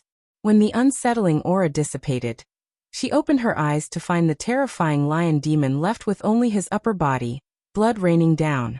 The demon clouds in the night sky dispersed, revealing splendid, beautiful stars. Ji Xiaoyu's eyes widened in astonishment. That lion demon was so powerful, even her void-crossing realm companions were devoured by it. Subconsciously, she turned to look. The mysterious man still stood on the hill, his arms hanging naturally, as if he had not been the one to strike. The man was none other than Guan. To avoid being recognized, Guan had made his figure larger, taller by one head, with disheveled hair and an almost invisible aura. He didn't use the 9 extremes yin-yang body, because news of Sword Venerable Fudao mastering the Demon Shadow Divine skill had already spread. He didn't want Ji Xiaoyu linking him to Sword Venerable Fudao. Ji Xiaoyu quickly stood up and bowed to Guan, saying, "Thank you for saving me, senior." "Why is a Ji family disciple in the demon land?" Guan asked in a hoarse voice, easily reminiscent of a weathered man in his 40s or 50s. Killing that great demon had granted him 600 years of lifespan, a tremendous bounty. Ji Xiaoyu replied, "I followed the 7 stars spirit realm for training. Does senior have any relationship with my family?" Guan appeared in front of Ji Xiaoyu out of thin air, placing a hand on her shoulder, and said, "Let's talk in another place." Before Ji Xiaoyu could respond, everything blurred before her eyes. The long-distance space shift made her uncomfortable, unable to move. A few moments later, she felt her feet touch the ground. Opening her eyes, she found herself in a cave. The space here was not large, with layered rocks, a mountain wall in front of her pouring underground water, making it very humid. Looking up, she saw numerous crystal stones hanging from the ceiling, emitting various lights that illuminated the cave. Stay here to heal. Guan left this message before disappearing into thin air. Ji Xiaoyu stood silently. She extended her divine sense, finding the cave over 1,000 zhang beneath the surface, filled with spiritual energy, perfect for healing. Although she did not know who the person was, given the means he displayed, she understood she couldn't escape. The person seemed to have no malicious intent. Otherwise, she was now exhausted, a prime time to attack her. Ji Xiaoyu sat cross-legged and began to cultivate energy to restore her spiritual power. On the other side, Guan returned to Heavenly Phoenix Mountain. Tian Yaoer was sulking, but seeing him with 2 bottles of fine wine, she immediately beamed with joy. Since the last time she got drunk, she had fallen in love with alcohol. Half an hour later, Tian Yaoer was drunk and lying on Guan's lap. Guan patted her back, a smile on his face. In the morning, Guan did not immediately return to the Supreme Sect nor look for Ji Xiaoyu, as she would not recover her spiritual power and injuries in just one night. He went directly south, flying toward the ocean. Utilizing the 9 extremes yin-yang body, he transformed into a shadow form, then performed the limitless freedom step to swiftly leave the Taizong dynasty and enter the ocean. The vast sea and open sky widened Guan's view, lifting his spirits. His figure constantly shifted, moving quickly above the sea of clouds. On the ocean, a large ship sailed quickly. On the deck lay a man in green robes, lying on his back with a book in his hands. Suddenly he saw something, sitting up abruptly. However, upon closer inspection, he found nothing in the sky. That's odd. Did I see wrong? The man in green frowned deeply. He lost interest in reading, putting his book, The Investiture of the Gods, back into his storage bag before walking to the bow of the ship, gazing into the distance. The ocean stretched endlessly, but he could already feel the breath of his homeland. He smiled, murmuring, "A demon calamity. Another opportunity for me to turn the tide in my favor." Guan took over 500 steps, finally landing on a mist-shrouded island. The island was vast, sparsely populated with living creatures, with only 6 islands within 10,000 li, perfect for his breakthrough. He quietly slipped into the forest, sitting under an old tree, and immediately activated the lifespan barrier. He pulled up his attribute panel, seeing his lifespan of 10,010,000 years, a smile forming on his face. First, upgrade his cultivation technique. Guan began using the lifespan fusion function, merging the primordial earth immortal skill with 4 basic cultivation techniques of different attributes. Due to the significant difference between these 5 techniques, forcibly merging them will not necessarily exceed the most powerful technique. Do you wish to continue? What? Did it mean the fusion would take an average? Guan cursed inwardly. Was this a way to waste his lifespan? Fortunately, he prepared other techniques. Over the years, he had killed countless enemies, searched many souls, and transcribed many techniques himself, just in case. He immediately took out 4 high-rank techniques, starting to cultivate them one by one. He did not need to abandon his original cultivation, nor did he need to cultivate other attributes of spiritual power. He only needed to run through the sorcery once, allowing the techniques to enter his attribute panel. After half an hour, Guan's attribute panel showed 4 more techniques. He intended to upgrade them one by one but received a prompt. The technique's attributes conflict. Please choose to abandon and start anew, or forcefully integrate, with a risk of deviation. Damn. Even with a golden finger similar to a system, he could still risk deviation? Guan had no choice but to enable the lifespan fusion function, merging these 5 techniques. Fusion will cost 500,000 years of lifespan. Do you want to continue? This costs 500,000 years? Guan suppressed his heartache and chose to continue. You invested 500,000 years of lifespan to merge the primordial earth immortal skill, karma fire dark sky skill, golden light spirit body art, vast earth vital energy skill, great cold heaven sorcery. Fusion successful. You comprehended 5 elements Taoist skill.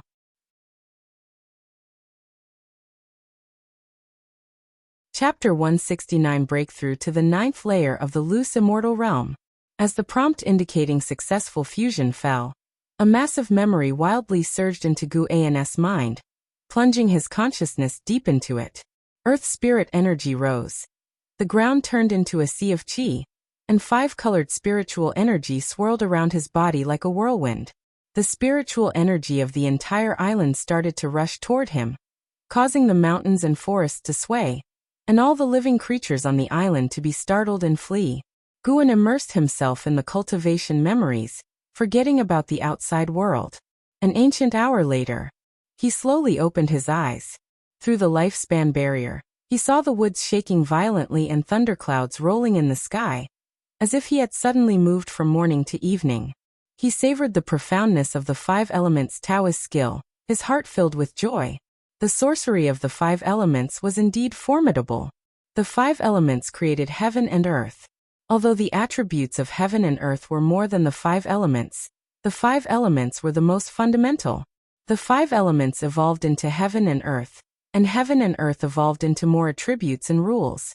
By relying on the evolution of lifespan, Guan had already mastered the five elements Taoist skill. The myriad subtleties within the cultivation technique were hard to explain clearly in a short time. He reopened the attribute panel and devoted 500,000 years of lifespan into the five elements treasure body for evolution. One prompt after another popped up crazily before his eyes, until he saw one prompt, and a smile appeared on his face.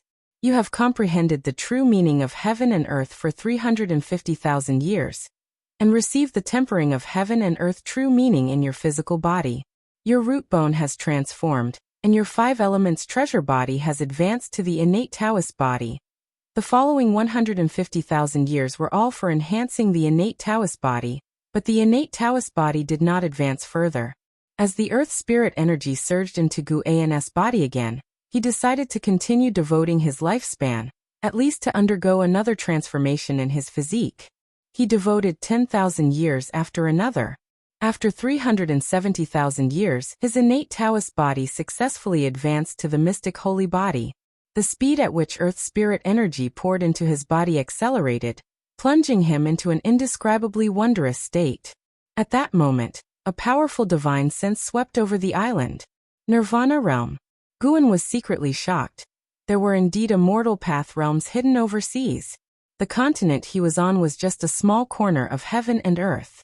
Guan did not panic at all. With the lifespan barrier in place, the other party could not detect him. After 30 minutes, the divine sense disappeared. However, in the following time, divine senses kept sweeping over the sea area. The lifespan barrier began to extract spiritual energy from more distant sea areas, causing gigantic waves to rise on the sea, where sea demons tossed about. It wasn't until noon that Guan finally fully transformed into the mystic holy body, and the entire heaven and earth in his perception were renewed. Not only could he feel more elusive and touchless forces, but his physical Buddhist chi blood also greatly strengthened. With his own physical strength alone, he felt he could easily crush a Mahayana realm cultivator. He opened his eyes and saw that the lifespan barrier alone had consumed nearly 200,000 years of lifespan in the morning. Feeling the increasing number of divine senses sweeping over the sea area, Guan had to stop. Just now he even felt a divine sense that made him frightened, indicating that the other party's realm might be the same as his or even higher. The ocean was indeed unfathomable. He feared that continuing today would attract more terrifying old monsters. He decided to change locations and continue later. Maintaining the lifespan barrier, Guan focused on the attribute panel, thinking about what to enhance next.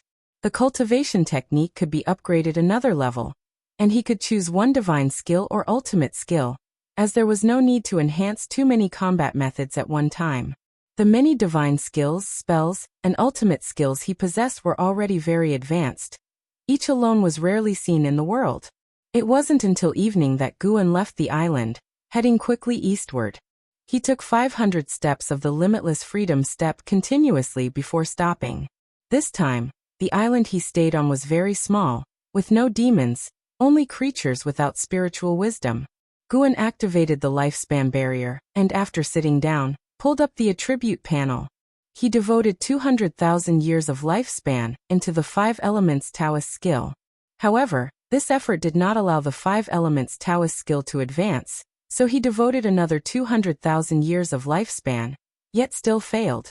An Xian hardened his heart and devoted 300,000 years of lifespan.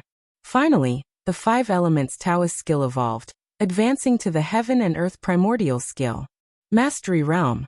A total of 700,000 years of lifespan. At the same time, the heaven and earth primordial skill also awakened a divine skill called universe in the palm, which could store all things of heaven and earth in one's palm, with the amount depending on one's mana level. Guan glanced at his lifespan, over 7,700,000 years, still sufficient. Nature's spiritual energy began to rush wildly into his body, and his thoughts were occupied by inherited memories. An ancient hour later he opened his eyes. It was already dark. Having no time to savor the heaven and earth primordial skill, his gaze turned to the attribute panel again. The primordial Rui skill must be enhanced, as it was Guan's fundamental standing, allowing high realms to be unable to spy. Another 50,000 years of lifespan. Unknowingly, Guan became bolder. One after another prompt popped up madly before his eyes. And ultimately the primordial Rui skill advanced to the all things form and energy art. The all things form and energy art not only enhanced the ability to conceal one's aura, but also allowed one to change their aura, consistent with all things. In other words, if Guan encountered a demon, he could manifest demon energy. Encountering a demon, he could manifest demonic chi, without being seen through. At the same time, the all things form and energy art awakened a divine skill, Heaven and Earth 9 transformations. This was a transformation divine skill, with endless marvels. Just as the Earth spirit energy dissipated, it started rushing toward Guan again, the ocean within 10,000 miles raising waves, with the scope rapidly expanding. This time, not only did divine senses sweep over the island, but also cultivators' figures flew over in the sky. Guan's presence broke the tranquility of the ocean. He couldn't care less. Another ancient hour later, Guan opened his eyes, seeing he had less than 7,200,000 years of lifespan left, suddenly feeling 1,000,000 years of lifespan wasn't that much. He couldn't enhance other divine skills, as what if it wasn't enough to break through? The higher the realm, the more lifespan consumed, especially the immortal path realm. Even without reference, Guan could guess that breaking through the realm of the immortal path was definitely not a matter of decades or centuries. He patted his face and silently began to pray. First, he devoted 1,000,000 years of lifespan into his cultivation level. Due to your reconstruction of cultivation techniques, you start from the energy cultivation realm comprehending the heaven and earth primordial skill. You cultivated chi absorption for 1 year, and your cultivation level restored to the foundation establishment realm. You cultivated chi absorption for 3 years, and your cultivation level restored to the core formation realm. You cultivated chi absorption for 5 years, and your cultivation level restored to the nascent soul realm. You cultivated chi absorption for 500 years, and your cultivation level restored to the Mahayana realm.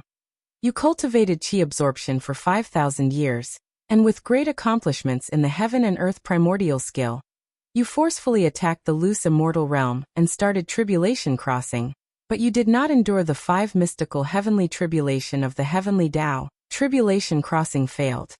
You cultivated chi absorption for 10,000 years and with great accomplishments in the heaven and earth primordial skill, you forcefully attacked the loose immortal realm again, but did not endure the 5 mystical heavenly tribulation of the heavenly Tao. Tribulation crossing failed. Seeing that he had to reconstruct, Guan's face instantly stiffened.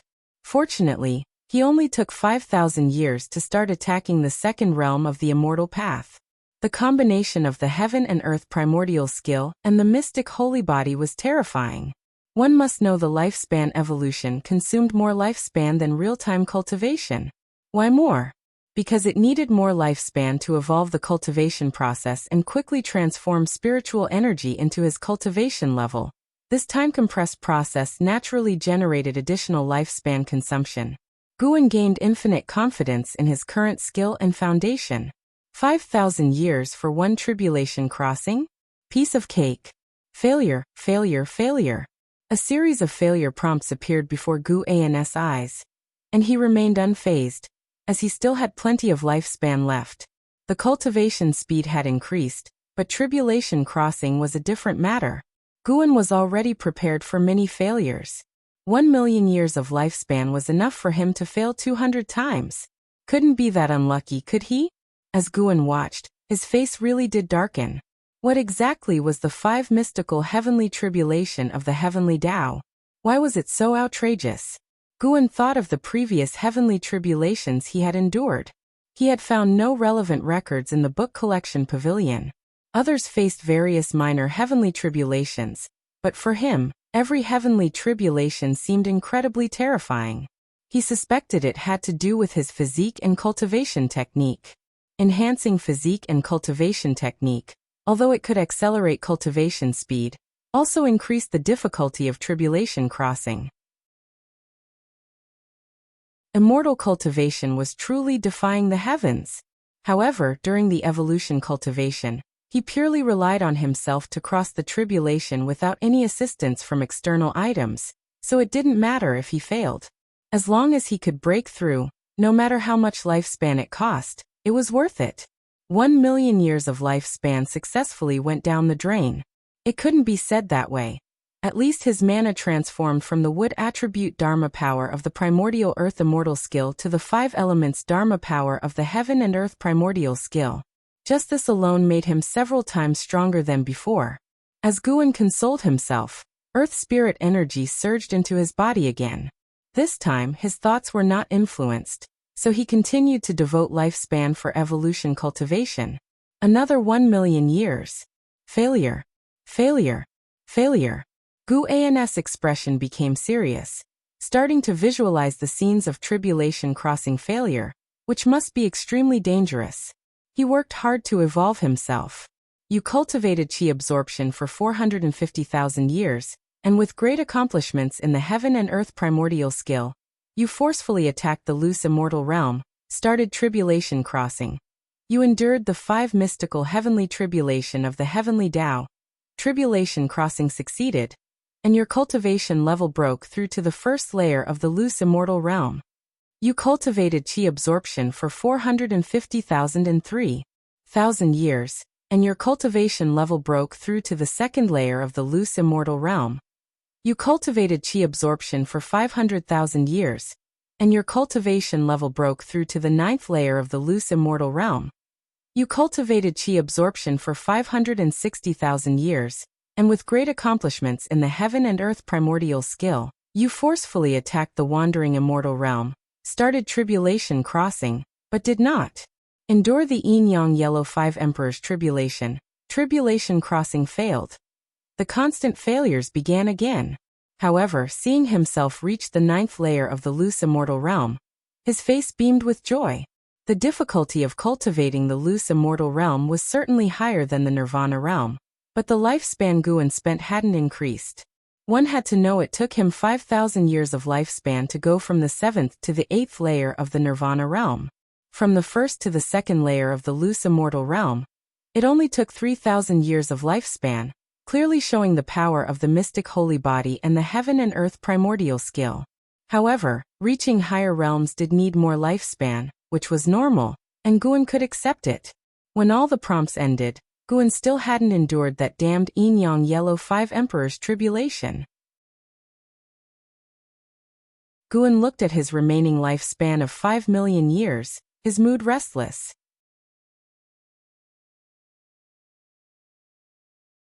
Chapter 170. 9 Layers of Wandering Immortal. Roaming the heavens and earth. It took Guan a full 4 hours to advance from the 9th layer of the nirvana realm to the 9th layer of the loose immortal realm. Upon reaching the loose immortal realm, his mana doubled, and he felt a significant release from many restrictions. These restrictions were the bonds that heaven placed on all beings. For instance, he could now soar without using mana, dive into the sea effortlessly, and even transform his physical body into his primordial spirit, allowing him to pass through all innate barriers in the world without impediment. It was simply indescribable. When his cultivation reached the 8th layer of the loose immortal realm, Guan felt the entire ocean erupt into chaos. In the distance, he even saw great cultivators of the Nirvana realm engaging in combat, making him feel secretly ashamed. The experiences of the past 2 days made him realize the vastness of heaven and earth, and that too many powerful auras passed through this region. Lu Lingjun had not made a mistake in ascending to the spirit realm. In a certain sense, this realm was equivalent to the spirit realm or the immortal realm, and was a world beyond mortal comprehension. Considering Gu An's past life on Earth, this place was unlikely to be as large as the Taitsong dynasty. Guan recalled Lu Lingjun and the White Spirit Demon Emperor's names for this land. The Great Heavenly Spirit Land. Just how vast was this so-called Great Heaven and Earth? Guan couldn't help but look up at the sky. Speaking of which, he had never explored how high the sky was. In the Nirvana realm, he had used his divine sense to probe continuously upward, with terrifying results. His divine sense couldn't surpass the sky's apex. The heavens in the Great Heavenly Spirit Land seemed infinitely high, shocking him severely, given the cosmological concepts he had built in his previous life. And now, in the loose immortal realm, Guan could faintly sense a mysterious force in the sky, a power that even loose immortals dared not rashly contact. It wasn't a living being's aura, but more like the majesty of heaven. Guan took a deep breath and lowered his gaze back to his attribute panel, his eyes growing firm. Since the commotion had already been significant enough, he decided to keep enhancing his cultivation level. 1,000,000 years of lifespan, invest. A barrage of prompts appeared. Failure. Failure. Failure. Guan remained optimistic. 5,000,000 years of lifespan.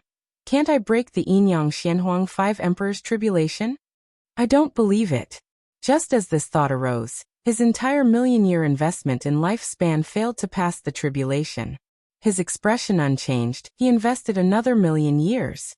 He continued to fail repeatedly. He reminded himself that he was already a great cultivator at the 9th layer of the loose immortal realm, with a stable Taoist heart. Do not be elated by external success, nor sad by personal failure. A third 1,000,000-year lifespan. Invest. A few moments later, he couldn't help but utter a single word. Crap. The demeanor nurtured through 91 years of cultivation in the immortal cultivation world finally broke, awakening a native expletive from the depths of his soul. Guan dared not invest another 1,000,000 years and opted for 500,000 years instead. Heavens bless me. Wait, he was defying heaven, so he sought the blessing of his master, Cheng Xiandan. Failure once more filled his vision. When a prompt with significantly longer text appeared, his heart filled with joy. Here it comes. After 35,000 years of qi absorption cultivation, using the great accomplishment in the heaven and earth primordial skill, you forcefully impacted the traveling immortal realm, began to cross the tribulation, passed through the Yin-Yang Xianhuang 5 Emperor's tribulation, successfully crossing the tribulation, and your cultivation level rose to the 1st layer of the traveling immortal realm. After 35,500 years of qi absorption cultivation, your cultivation level rose to the 2nd layer of the traveling immortal realm. After 36,000 years of qi absorption cultivation, your cultivation level rose to the 3rd layer of the traveling immortal realm. After 44,000 years of qi absorption cultivation, your cultivation level rose to the 9th layer of the traveling immortal realm. After 46,000 years of qi absorption cultivation, using the great accomplishment in the heaven and earth primordial skill, you forcefully impacted the heaven and earth flying immortal realm, began to cross the tribulation, but failed to survive the heaven and earth divine intent heavenly tribulation. The subsequent 4,000 years were filled with failures, with a tribulation every 2,000 years. Phew, the 9th layer of the traveling immortal realm. Exciting. The earth spirit energy surged upwards, and the sound of the earth groaned like a dragon's roar echoing in his ears, making him feel incredibly joyous. Heaven does not disappoint those who persist against life's odds. The heaven and earth flying immortal realm. Can one fly out of this sky? Guan pondered this with infinite anticipation in his heart. Now he only had 1,600,000 years of life left. He couldn't dare to continue crossing tribulations. If he got carried away and drained his entire lifespan, resulting in sudden death, it would be too sorry for his current life. The 9th layer of the traveling immortal realm should be enough, right? Currently on the mainland's surface, there were no Nirvana realm experts. They might exist in the demon land or the 7-star spirit realm, but they were hidden. The 7-star spirit realm might have loose immortals, but could they defeat a traveling immortal like him? If such an old monster existed, Guin could wait for decades until the million-year function activated, then he could boost up again. He didn't believe the 7-star spirit realm could defeat him with his cheats. No, I didn't really cheat. My cultivation level was achieved through my own efforts. Guin comforted himself. The earth spirit energy poured into him far faster than before, and the lifespan barrier drew spiritual energy from a wide range, making Guin feel powerful auras from all directions. Loose immortal realm auras had already appeared. Would traveling immortal realm auras appear next? Guin felt secretly nervous. Having just reached this realm, he didn't want to confront anyone of the same level. As time went on, Guin continually impacted the traveling immortal realm, and the mysteries of this realm gradually surfaced in his mind. Traveling immortal, an immortal roaming heaven and earth. From the 9th heaven to the depths of the earth, the primordial spirit and physical body merged, freely coming and going through heaven and earth. The primordial spirit was no longer fragile, possessing even greater power than the physical body. Reaching this realm, the power of the soul surpassed mana for the first time, and naturally his mana also transformed. The 9 heavens of the immortal path, the higher one ascended, the greater the gap of each layer. While Guin was immersed in his breakthrough, a colossal wave rolled up from the west, 1,000 feet high, shocking him to turn and look. With a thunderous crash, the island where Guin resided was submerged by the wave, and before the island could re-emerge, the surrounding waters started churning violently.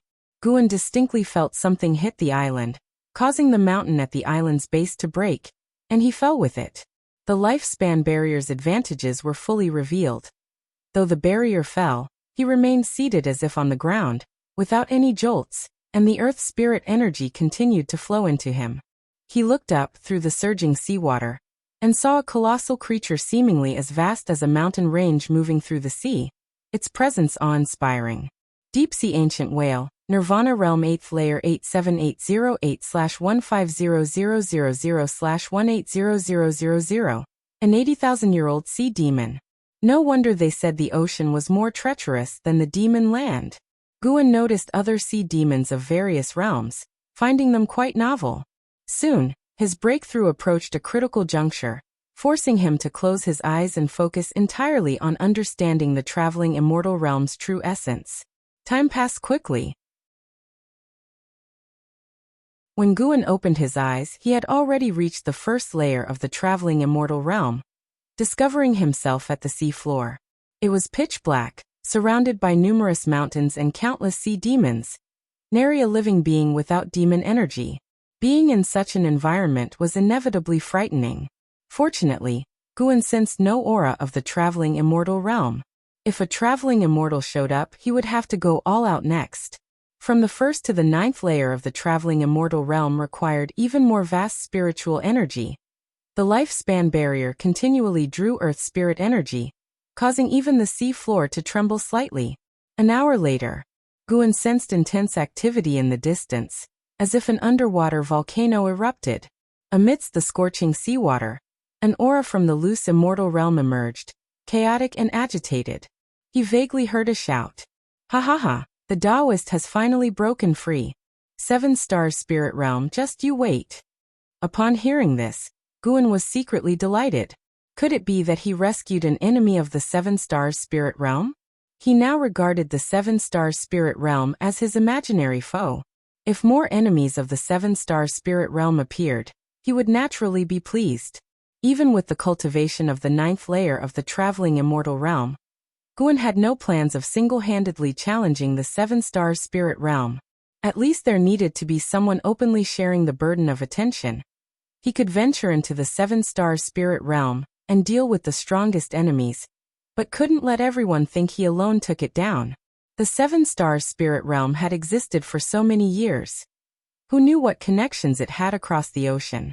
The ocean was not short of immortal path life forms. Resolving this calamity surely meant another was on the horizon. Life was always filled with difficulties. If Guan could slow down each phase, it would be beneficial for him.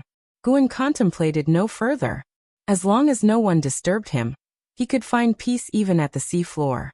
He pulled up his attribute panel. The lifespan barrier rapidly consumed his lifespan. He had about 1,500,000 years left. After some thought, he decided to enhance his swordsmanship. He had hesitated to do so before, fearing an insufficient lifespan, but now, with a remaining lifespan, he could proceed.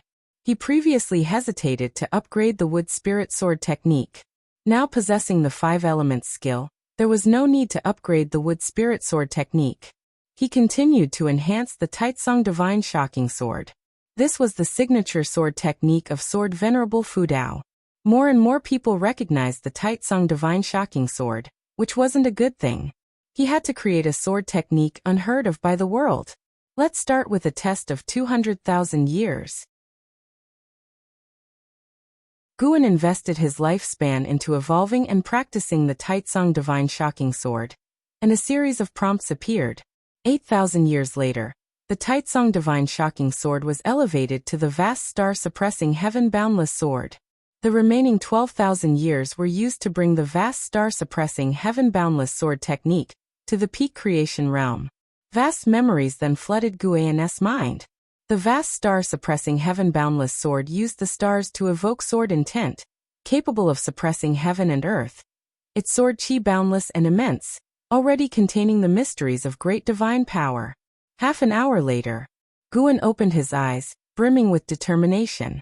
What a domineering vast star-suppressing Heaven Boundless Sword.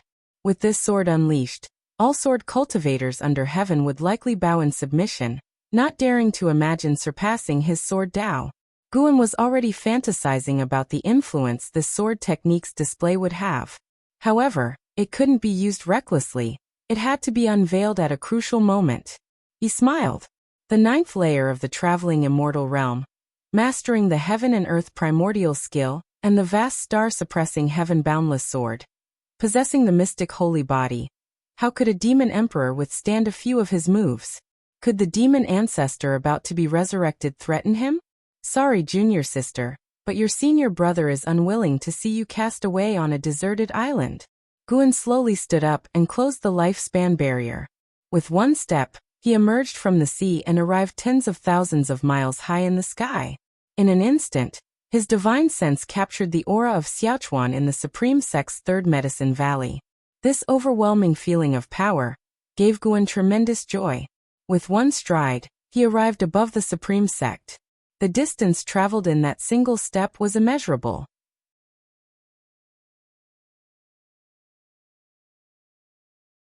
Chapter 171.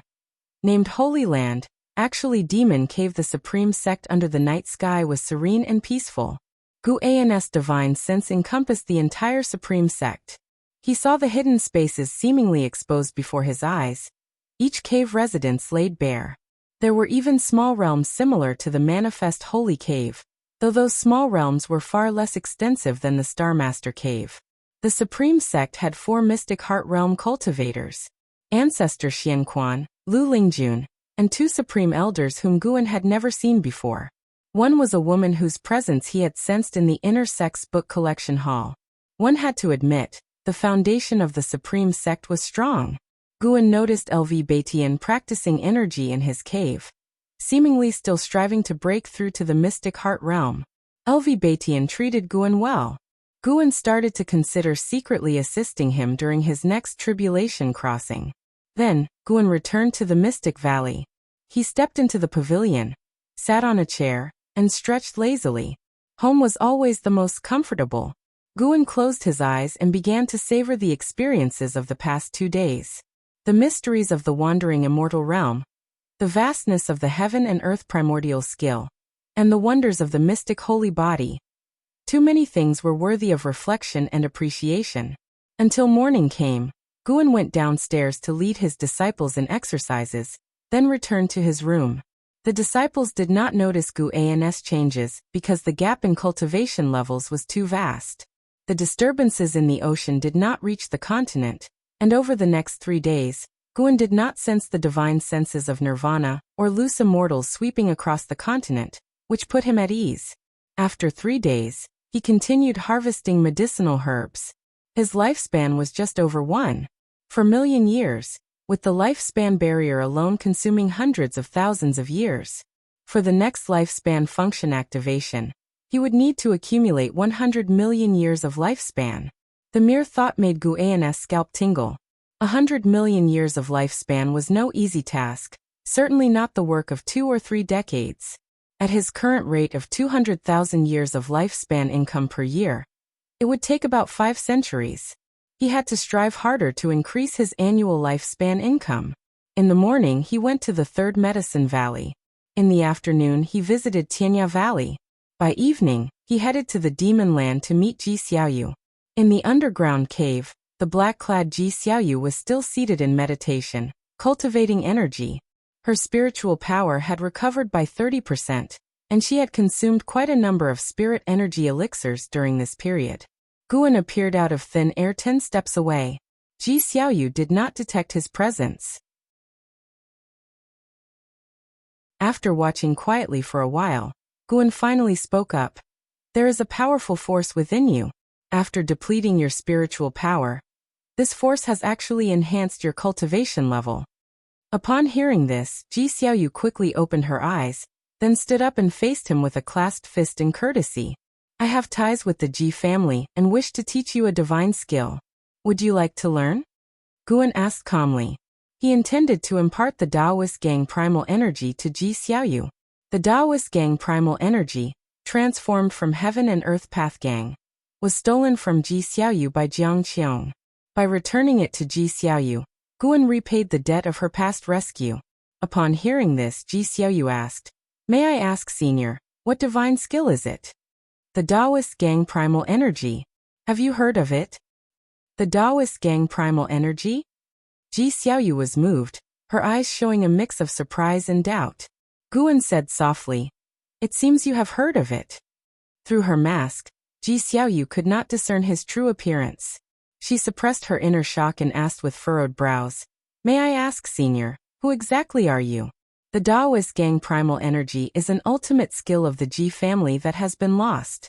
There is no related transmission within the family, and to master the Taoist Gang primal energy, one must first cultivate the Heaven and Earth Dominator body. To achieve the Heaven and Earth Dominator body is enough to be included in the main family's lineage. Guan replied, There is no need for you to know my identity. You only need to answer whether you want to learn. Then please, Senior, teach me. Ji Xiaoyu replied without hesitation. Guan waved his sleeve, and a gust of wind blew towards Ji Xiaoyu. She had no time to dodge and was immobilized. In her pupils, a figure continuously changed stances. While Ji Xiaoyu was entranced, Guan observed her, equally curious. Besides the primordial Taoist talisman, Guan sensed she had other secrets. She possessed an indescribable composure. Even facing Guan, she did not lose her poise. Guan recalled the first time he saw Ji Xiaoyu in his youth. She was different from her peers even at a few years of age. At that time, he even guessed she might have been possessed by someone, with an old soul inside her body. An hour later, Ji Xiaoyu's eyes became clear. She took a deep breath and turned to look at Guan, who was standing not far away by the mountain wall. She said, Thank you, Senior, for your guidance. How can I repay you? She was sure the Taoist Gang primal energy she just acquired was genuine. The Taoist Gang primal energy shared many similarities with her Heaven and Earth Path Gang. She could even see the signs of the Heaven and Earth Path Gang evolving into Taoist Gang primal energy. This person's Tao level surely exceeded her imagination. He might even be the strongest person she had ever encountered in her life. I do not need your repayment. I am only considering your surname, Ji. Tell me, what are your impressions of the 7-star spirit realm? Guan replied casually. In fact, in his heart, Ji Xiaoyu was more important than the Ji family. Although the Ji family raised him years ago, they intended to cut off his hand. It was Ji Xiaoyu who spoke up to save him. His acceptance into the Supreme Sect was also Ji Xiaoyu's idea, unrelated to the Ji family. Over the years, the medicinal herbs Guan had contributed were enough to repay the Ji family. This time, rescuing Ji Xiaoyu was also repaying her past kindness. At least in Guan's mind, he and the Ji family, including Ji Xiaoyu, were even in grace. The Ji family was about to leave the Supreme Sect. To Guan, it meant that the Ji family would have no relation to him in the future, becoming strangers.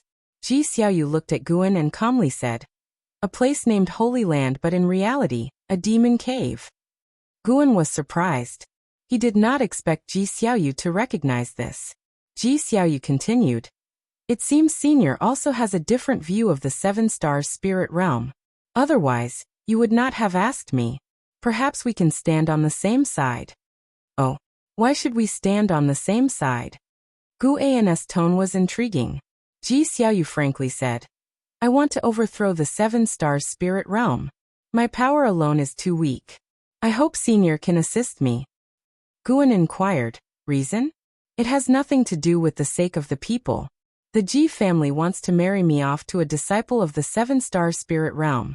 For the sake of blood relations, I cannot oppose the Ji family, so I intend to eliminate the Seven Star spirit realm." Ji Xiaoyu's expression remained calm. "Though I was born in the Ji family, I will not choose to sacrifice myself for the family. Between me and the family, I will always choose myself. If Senior harbors animosity towards the Seven Stars spirit realm, then we can join forces. I will gather as much information about the Seven Stars spirit realm as possible." Listening to her, Guan could sense the coldness emanating from her bones, causing him to reassess her. In Guan's impression, Ji Xiaoyu had been merely calm and composed. Only this time did he truly understand who Ji Xiaoyu was. Although her words seemed selfish, Guan did not dislike her for it. A person must prioritize themselves, and Ji Xiaoyu had not harmed her clansmen. The Seven Star spirit realm was indeed not a decent entity. Guan said, "All right." Ji Xiaoyu immediately raised her hand in salute to Guan. "Do you know that the root cause of the demon calamity comes from the Seven Stars spirit realm?" Guan suddenly asked. Upon hearing this, Ji Xiaoyu frowned and said, "I only know some of the evil deeds the Seven Stars spirit realm has done. I guess there might be a connection, but I don't know the specific reasons." Guan then told her what he had learned. As she listened, Ji Xiaoyu's brows furrowed more and more tightly. After he finished speaking, Ji Xiaoyu coldly said, "If what you say is true, then destroying the Seven Stars spirit realm could indeed save the populace. The Seven Stars spirit realm is deeply rooted and strong. To destroy them is extremely difficult. For now you should lie low. Once humanity prevails over the demon calamity, then make plans against the Seven Stars spirit realm." Guan replied. Ji Xiaoyu nodded. Then Guan waved his sleeve, taking her to the edge of the great Jiang dynasty. In the land of 5 dynasties, there must be a transmission array leading to the Seven Stars spirit realm. Delivering her here made Ji Xiaoyu safer. Before Ji Xiaoyu could speak, Guan disappeared from the spot. Ji Xiaoyu spread her divine sense, and soon caught sight of cultivators. Her expression grew complex. To cross such a vast distance in such a short time. Who exactly is he? As autumn ended, winter snow finally arrived. After parting with Ji Xiaoyu, Guan returned to his usual farming life. Even though he had reached the 9th layer of the wandering immortal realm, he did not act recklessly. However, the changes brought by wandering immortal could not be completely hidden, so he began to elevate his apparent cultivation level.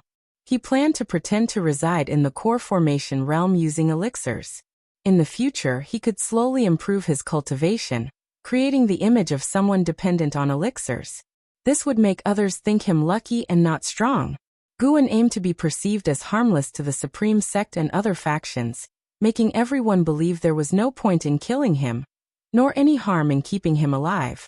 This day, in the 3rd Medicine Valley, Guan was playing chess with Lu Lingjun. Snow drifted down but could not cover their bodies or the chessboard. Guan placed a piece and smiled. "You've lost again." Lu Lingjun frowned, puzzled. She had calculated countless scenarios. How did she still lose? It didn't make sense, she thought. She was in the mystic heart realm. Unable to restrain herself, she asked, "Why can't I beat you?" "You're too hasty. Being hasty leads to flaws." Guan replied. Chess was something he brought to this world. How could he lose?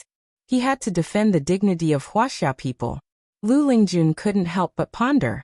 At that moment, a figure flew over. Elder Guzong's son Guyu. He quickly landed beside Guan, excitedly saying, "Guan, the true inheritor disciple has returned. He's planning to lecture in the inner sect after the new year. You have to listen. They say he's now in the Mahayana realm." Hearing this, Lu Lingjun grew interested too. For mystic heart realm cultivators, the most intriguing subject was how to reach the Mahayana realm. Guan couldn't help but ask, "Really? What is the true inheritor disciple's name?" Yesterday, he had sensed a Mahayana realm cultivator enter the supreme sect. As elders had personally received the person, he hadn't paid much attention. Of course it's true. His name is Xiantiani. With a Mahayana cultivator like him, we'll have a better chance against the demon calamity. He said if had come back earlier, dealing with the six-headed sea dragon, another Mahayana cultivator, would have taken just a single move. Guyu said excitedly, his face full of admiration.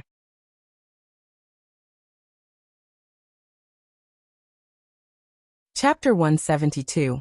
Regret having met too late. Journey to the west. Guyu's arrival interrupted the chess game between Guan and Lu Lingjun.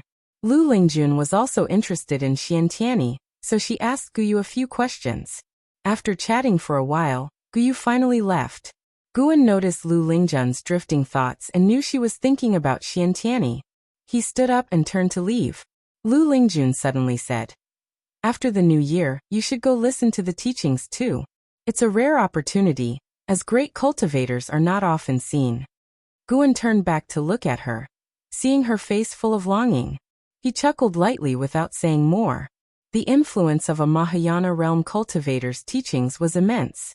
As winter approached, more and more disciples returned, and cultivators from other sects also came. Xiantiani's name spread throughout the immortal cultivation world, and his cultivation achievements were revealed and widely circulated. Supreme Sect's strongest genius since ancient times. Core formation at 20, nascent soul formation at 42, divinity transformation at 70, void crossing at 100, and unification at 200. Due to his extraordinary talent, Supreme Sect hit his true age before he reached the unification realm. When he attained the 9th layer of the unification realm, he went south to seek immortal fate directly. This made Supreme Sect even more cautious about mentioning his talent, fearing great calamity. He searched overseas for immortals for 300 years, and upon his return, he had already reached the Mahayana realm. With Supreme Sect's grand promotion of Xiantiani's legendary life, his name shook the world in a short time, overshadowing the 9 cultivators. The vast majority of cultivators found his achievements unbelievable, even thinking Supreme Sect was exaggerating. Guan heard about Xiantiani's deeds in the Outer Gate City, and also thought it exaggerated. But on second thought, it made sense. No wonder someone in the sect said as long as the true inheritor wanted the sect leader position, LV Batian would have to step down within a day. In the face of such talent, no matter how great LV Batian's contributions were, he had to concede. Although Xiantiani's growth trajectory defied the understanding of ordinary cultivators, his return indeed boosted Supreme Sect's morale. Even before the new year, the Outer Gate City already had a festive atmosphere. Amidst the vast winter snow, Guan arrived at the 3rd Medicine Valley from Mystic Valley. As soon as he arrived, he sensed 2 auras, one of which was unmistakably at the Mahayana realm. Xiantiani was here. Guan's expression remained calm as he walked towards his loft. Upon pushing open the door and entering the room, he saw 2 people inside. The vice sect leader Ji Hantian and a man in green robes. Xiantiani, dressed in green robes, looked youthful, making it hard to imagine he was a Mahayana cultivator, more like a young disciple. Guan, you finally arrived. Close the door and sit down for a chat, Ji Hantian said with a smile, as if he were the master of the loft. Guan didn't mind. After closing the door, he came forward and cupped his hands in respect. Before Ji Hantian could introduce him, Xiantiani spoke first. You are Panin? Xiantiani, Mahayana Realm. 6th layer 598/4800/5000. Seeing Xiantiani's lifespan, Guan was secretly astonished. 5,000 years, the extreme lifespan cultivation reached so quickly? Looking at it this way, Xiantiani would surely undergo nirvana within 4,500 years. By then, breaking the heavenly destiny would achieve another extreme lifespan. Based on Gu An's experience, Xiantiani's spirit root qualification should be equivalent to the 5,000-year extreme lifespan level. At least his physical qualifications weren't as good as Ji Xiaoyu or Hao, but his comprehension must have been astonishing, combined with extraordinary opportunities to achieve his current state. Guan pretended to hesitate and looked towards Ji Hantian. Ji Hantian smiled. Speak truthfully, this is our sect's true inheritor, Xiantiani. He is not an outsider. He is Supreme Sect's most prized disciple. Ignoring the compliment, Xiantiani continued to curiously observe Guan, his eyes bright. Guan immediately responded. Indeed, I have a pen name called Panin. Xiantiani smiled, saying, Your investiture of the gods is very good. Someone gave it to me earlier, and I enjoyed it very much. I even had it mass-produced and spread overseas. Your book is widely popular on the seas, much more so than my own writings. Thank you for your appreciation, Senior. May I ask what book you wrote? Guan cupped his hands in thanks and inquired. Xiantiani coughed lightly and said, I just wrote something casually. It doesn't compare to Investiture of the Gods. His book is not worth mentioning. Ji Hantian shook his head with a smile. This made Guan even more curious about what Xiantiani had written. However, Xiantiani didn't want to talk about it, and instead started discussing Investiture of the Gods. Facing his inquiries, Guan had to answer each one, and Ji Hantian didn't interrupt anymore. He got up and left, closing the door behind him. Xiantiani didn't have the pride typical of a Mahayana cultivator. When he talked about some of the plots in Investiture of the Gods, he became indignant, especially over the story of Neza cutting his bones to return to his father and flesh to his mother, which greatly angered him. Guan couldn't remember Investiture of the Gods word for word, so he expanded many stories in the book, like Neza cutting his flesh to return to his parents and Yongjian rescuing his mother at Peach Mountain, making the characters more three-dimensional. This was also why Investiture of the Gods became so popular. Xiantiani was very curious about how Guan wrote such an extraordinary book. Guan replied that he met an immortal in his dreams who touched his forehead, suddenly enlightening him. It was sudden because he could never write another divine work like Investiture of the Gods afterwards. Your Supreme Immortal Venerable and Shattering Void are also good, but I still think they fall short of Investiture of the Gods, Xiantiani said with lingering interest. Guan didn't argue, but asked what book he had written. Xiantiani suddenly looked embarrassed and mumbled. Guan seized the opportunity, constantly asking questions, and finally, Xiantiani revealed the book's title. What? Green Hero Travel is your work? Guan exclaimed, slapping the table in excitement. Whether it was Xiantiani's illusion or not, he felt an inexplicable panic for a moment, unsure if he was scared by Guan or had a guilty conscience. He nodded reluctantly. Guan raised his hand and took out a copy of Green Hero Travel from his storage bag, which made Xiantiani emotional upon seeing it. I love Green Hero Travel. I've read every copy at least 100 times. Guan went on and on about his love for Green Hero Travel. Xiantiani listened, feeling unprecedentedly moved in his heart. Finally, someone appreciated his talent. He immediately felt as if they had met too late. On the way back, lying on the deck, each time he read Investiture of the Gods, he felt more of a connection with Panin. This feeling of anticipation even surpassed the thrill of returning to save the sect. Sure enough, Panin was the soulmate he had been seeking all his life. The more Xiantiani thought about it, the more excited he became. He suddenly stood up, grabbed Guan's shoulders with both hands, and said, Panin, no Guan, let's become sworn brothers. From now on, I'll be your elder brother. Guan was stunned. What kind of logic was this? Wasn't the pace too fast? Seeing his hesitation, Xiantiani said boldly, "Brother, I tell you, with my cultivation level on this continent, I am undoubtedly invincible. Swear brotherhood with me, and no one will dare to bully you anymore. I heard that LV Batian wants to take you as a disciple? Don't listen to him. His defying fate divine skill is dubious and sinister. I can teach you my divine skill. With our brotherhood, I won't say I'll help you defy heaven and change fate, but leading you to the unification realm won't be difficult." Initially, Guan wanted to refuse, thinking it absurd to become a younger brother to him, a wandering immortal. But Xiantiani's latter words tempted him. He was worried about how to live for 1,000 years in the future. Normally, once he reached the divinity transformation realm, people wouldn't consider him ordinary anymore. Now, if he reached the unification realm with Xiantiani's help, people would at most admire him and not see him as a threat. However, Guan decided to put on an act. So he pretended to decline. Xiantiani didn't give up, and after several attempts, Xiantiani got angry, forcing him to agree. "Since brother appreciates me, I'll call you Brother Xian from now on," Guan said helplessly. Xiantiani smiled broadly, taking out a jade scroll. "Hey, race my cultivation technique. Take it and practice. After the new year, I'll send a batch of cultivation resources to you." "This isn't good, right?" Guan said, holding the jade scroll with embarrassment. Xiantiani glared. "If you feel bad, then write a second investiture of the gods. Stop writing Shattering Void. It's too absurd and tasteless." Guan, holding on to the advantage, could only laugh. "All right, I'll definitely write it." "Oh, do you already have a plan?" It's called Journey to the West.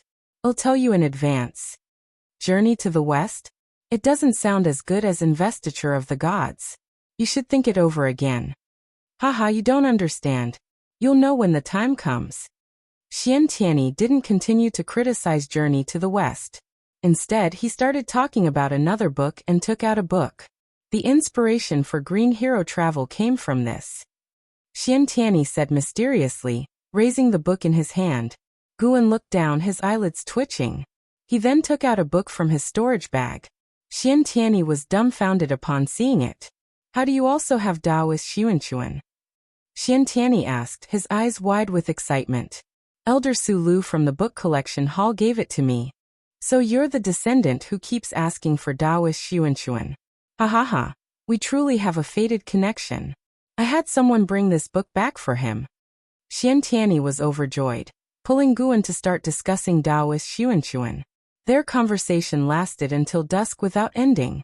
During this time, Ji Hantian knocked on the door but was driven away by Xiantiani. Only at dawn did Guan escort him down the stairs. Watching Xiantiani's departing figure, Guan's face was full of smiles. After chatting all night, he didn't feel tired. Both felt as if they hadn't had enough. Had Xiantiani not had other important matters today, they could have continued talking. Lu Lingjun suddenly walked over and asked, "Is he the true inheritor?" Guan nodded. Lu Lingjun examined him with a peculiar look in her eyes, asking, "You spent a day and night together, you didn't." "Didn't what?" "It's rumored that some great cultivators, after experiencing mortal pleasures, seek new interests to fill the void in their hearts, like homosexuality." Lu Lingjun trailed off, but Guan already understood. Guan rolled his eyes and snorted. "Oh, you guessed it? Then don't ever think of me as your Taoist friend."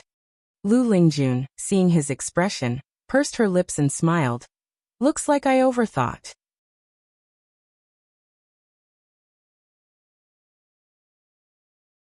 Chapter 173. Heavenly Tao Trap. Difference between immortal and mortal. The new year had arrived, and the atmosphere this spring festival was even more lively than in previous years. With the addition of Gu Zong and Xiantiani, the third Medicine Valley was buzzing with excitement. It was rumored that the true inheritor had sworn brotherhood with the Valley Master, which thrilled the 400 servant disciples, all worshipping Guan with adulation. Xiantiani always wanted to chat with him about Taoist Xuanchuan, which made him quite distressed. It wasn't until dusk that Guan found an excuse to leave and return to the Mystic Valley to spend the festival with his junior sister and disciples. The disciples sat around the table, toasting and exchanging cups, rejoicing in the celebration. Yilan and Zhenqin began recounting matters of the immortal cultivation world once again. The number of demons in the land of the 5 dynasties had not decreased due to the actions of various sects, but had in fact increased. Moreover, demon cultivators and evil people were also on the rise. Many believed that the human race was doomed and thought it better to indulge before dying, or to seize treasures through murder and then sail south. In short, both the immortal cultivation world and the common folk were in chaos. As long as the demon calamity was unresolved, the world would remain in turmoil. Zhenqin had once complained why the mountain god did not take action, but Guan, pretending he wasn't the mountain god, remained silent. Didn't the mountain god say, why should he protect the human race? If demons worship him, why can't he support them? The strength of a race ultimately depends on itself, not the favor of immortals. Yilan remarked nonchalantly. Having been in the law enforcement hall for so long, she had seen too many sins, giving her deep life experiences. The more evil she had witnessed, the more she cherished Guan, Zhenqin, and Xiaochuan. Many cultivators ended up lonely at the end of their paths. Having companions in life was a blessing. Guan listened quietly, occasionally chiming in. No matter how chaotic the world became, he had no intention of taking it upon himself to save it. However, he would still occasionally descend from the mountain to relieve suffering, aiding some fated beings without upsetting the grand scheme of things. After all, he was still unsure of the strength of the 7-star spirit realm. Even if he knew he couldn't protect the continent alone, doing so would mean that all future calamities befalling the continent would fall on his shoulders, and any enemies targeting the continent would first come after him. The mere thought gave him a headache. Zhenqin mentioned Su Han again, saying that Su Han had followed the 9 Nether 13 evil to Tianwei. Recently, Su Han had just absorbed the spiritual power of a divinity transformation realm cultivator, causing a stir in the immortal cultivation world. The Supreme Sect had also dispatched great cultivators to kill Su Han, but ended up being severely injured by the 9 Nether 13 evil. Guan thought that the person being merely injured might have been due to the 9 Nether 13 evil, considering the face of Sword Venerable Fudao.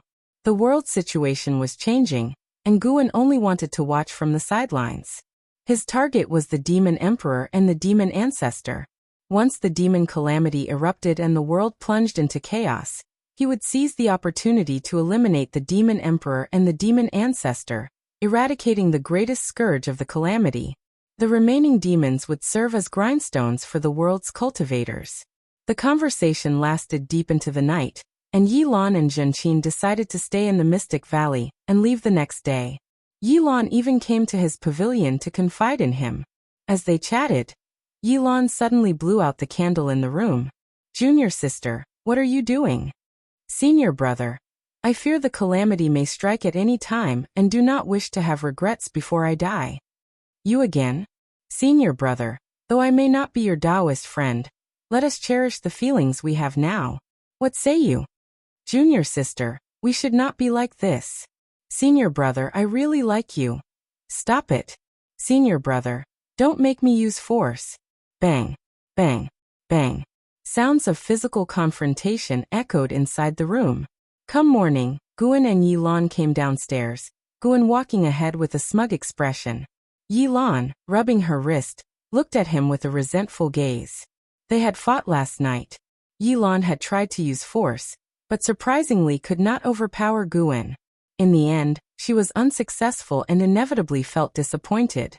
Yet thinking of how Guan had restrained her, a smile tugged at her lips. So senior brother likes this sort of thing. Yilan began to understand Guan a little more. She quietly rubbed her backside, counting how many times senior brother had struck her last night. After finishing her morning exercises, Yilan and Zhenqin left. Guan then sneaked into the 8 scenic caves. As he approached the green vine tree, Jiang Qiong, with her eyes closed, said, "Last night was the spring festival, wasn't it? It was really lively." "Yes, I brought you some pastries made by the disciples." Guan responded, squatting down and taking out the pastries and wine. Jiang Qiong opened her eyes and looked at him. "Do you like your junior sister Yi?" she asked. Guan replied, To say I don't like her at all would be a lie, but I feel I cannot accept her now. It would delay our cultivation. Oh. And why do you think it would cause a delay? Jiang Qiong asked, intrigued. Once someone is in your heart, you can't help but think of them. If the relationship is confirmed, feelings turn into responsibility, and you'll consider that person in everything you do. This inevitably affects your cultivation. I'm not afraid of being affected myself, but I hope she can cultivate peacefully without my influence, Guan said earnestly. He spoke from the bottom of his heart. Yilan had poor aptitude and now needed to find a way to cultivate the primordial reincarnation skill to change her extreme lifespan. Guan could choose to accompany her for the last 100 years of her life, but he didn't want her to have only 100 years now. If love lasts forever, why not cherish every moment together? Guan raised his wine cup, offering it to Jiang Qiong. Jiang Qiong looked into his clear eyes, feeling as if she was seeing him for the first time. This boy still had a romantic heart. Jiang Qiong asked, how do you know you'll definitely live longer than her? What if you die first, and her years of painstaking cultivation lead to a regretful second half of her life? What then? Guan smiled proudly. To be honest, I now possess 2 slices of the Medicine Valley, with an endless supply of medicinal herbs. Even if I don't cultivate much, living a few hundred years just by relying on elixirs isn't hard. A few hundred years? Jiang Qiong found it amusing. This boy's perspective was really narrow. But for some reason, the thought of Guan passing away in a few hundred years while she continued to pursue the elusive immortal path made her inexplicably uneasy. Come on, drink. Not drunk, no return. Jiang Qiong suddenly said with a stern face. Guan immediately raised his cup. An hour later, when Jiang Qiong still wanted to drink more, Guan saw things were going awry and found an excuse to leave. But Jiang Qiong pulled him back. Jiang Qiong began forcefully making him drink. To hide his cultivation level, he had to pretend to be weak against alcohol. This was spiritual wine. If a Foundation Establishment realm cultivator drank too much, they would definitely get drunk. Eventually, he had to pretend to be drunk, lying on the ground. Jiang Qiong sat on the ground, looking at Guan, letting out a breath of relief. This boy is clearly a Foundation Establishment realm cultivator. How can he drink so much? Jiang Qiong thought to herself with a flushed face. She almost couldn't outdrink Guan. If word got out that a nascent soul realm cultivator couldn't outdrink a Foundation Establishment realm one, it would be a huge joke. She just sat there watching Guan, her thoughts wandering. Feeling the time pass, Guan began calculating in his mind. 3 hours later, he got up to leave, having already been drunk once. If Jiang Qiong tried to stop him again, he wouldn't hesitate to flip out. After a long while, Jiang Qiong suddenly squatted in front of Guan, raising her hand to brush the hair from his face. Guan's heart pounded with tension. Wait a minute. This old demon cultivator wouldn't be greedy for my flesh, would she? Guan felt absurd. Why did so many women like him? Was it simply because he looked handsome?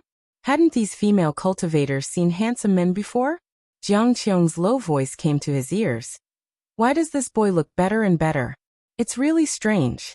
After achieving wandering immortal status, even though Guan hid his cultivation, his appearance and demeanor had a transcendent quality to them. Jiang Qiong thought it was her affection changing his image in her eyes. Sigh, what am I thinking? He's my grand disciple. Even if I'm a demon cultivator, I can't act immorally. Jiang Qiong withdrew her hand and sat down. She became silent. After a while, she suddenly kicked Guan, hitting his waist. Guan cursed inwardly. Why was this woman hitting him? She kicked him again and Guan rolled away, putting distance between them and shouted, "More drink." "What, master? I don't recognize you. You definitely can't outdrink me." Seeing his drunken state, Jiang Qiong couldn't help but laugh. After that, Jiang Qiong didn't act out again. When the 3-hour period ended, Guan groggily got up, seeing Jiang Qiong meditating. He immediately snuck away. Though Jiang Qiong didn't open her eyes, a smile crept onto her lips. After leaving the 8 scenic caves, Guan went to the Nianchu cave of Heavenly Phoenix Mountain. After picking some medicinal herbs, He sternly guided Tian Yaoer in her cultivation. He vented his frustration from Jiang Qiong on Tian Yaoer. Tian Yaoer didn't mind though. When Guan was about to leave, she clung to his arm, trying to pester him further, causing him to quickly vanish on the spot out of fright. Back at the Third Medicine Valley, Guan kept pondering a question. Was it that spring had come and everyone was more prone to emotions, or was he just unlucky? Why did Yilan, Jiang Qiong and Tian Yaoer all come on to him? Fortunately, Lu Lingjun only indulged in banter, and didn't actually treat him as a Taoist friend. These were all traps set by the Heavenly Tao. The Heavenly Tao wanted him to be ensnared by these women's affections, dragging him into worldly conflicts. Sooner or later, the three women would encounter various troubles. If he were bound to them, how could he stand idly by? Intervening more frequently would eventually attract the attention of powerful enemies. The concept of causality was complicated. The higher his cultivation, the more Guan respected causation. The intersections of fate in the mortal world seemed random, but in reality, followed certain laws. Guan pondered as he walked toward his pavilion, contemplating the way of cause and effect. In the distance, Xiaochuan stood by the wooden fence, watching his spirit dogs playfully fight. His gaze suddenly caught sight of Guan ascending the stairs. For some reason, Xiaochuan became lost in thought. The feeling Guan gave him was indescribable, as if his senior brother could fly away at any moment. This feeling was quite strange. He came back to his senses and smiled self-deprecatingly. Senior brother has already sworn brotherhood with Mahayana cultivators. He's long been a different league from me. I only rely on his care to live. When I pass away he will still be young. Feeling melancholic, Xiaochuan sighed. He was envious but bore no jealousy towards Guan, believing his senior brother deserved his current status. When he died, if there truly were an underworld, he would pray for his senior brother, wishing his immortal path smooth and worry-free. Uncle Xiaochuan, the white spirit rat is back. An Exian suddenly ran over, interrupting his thoughts.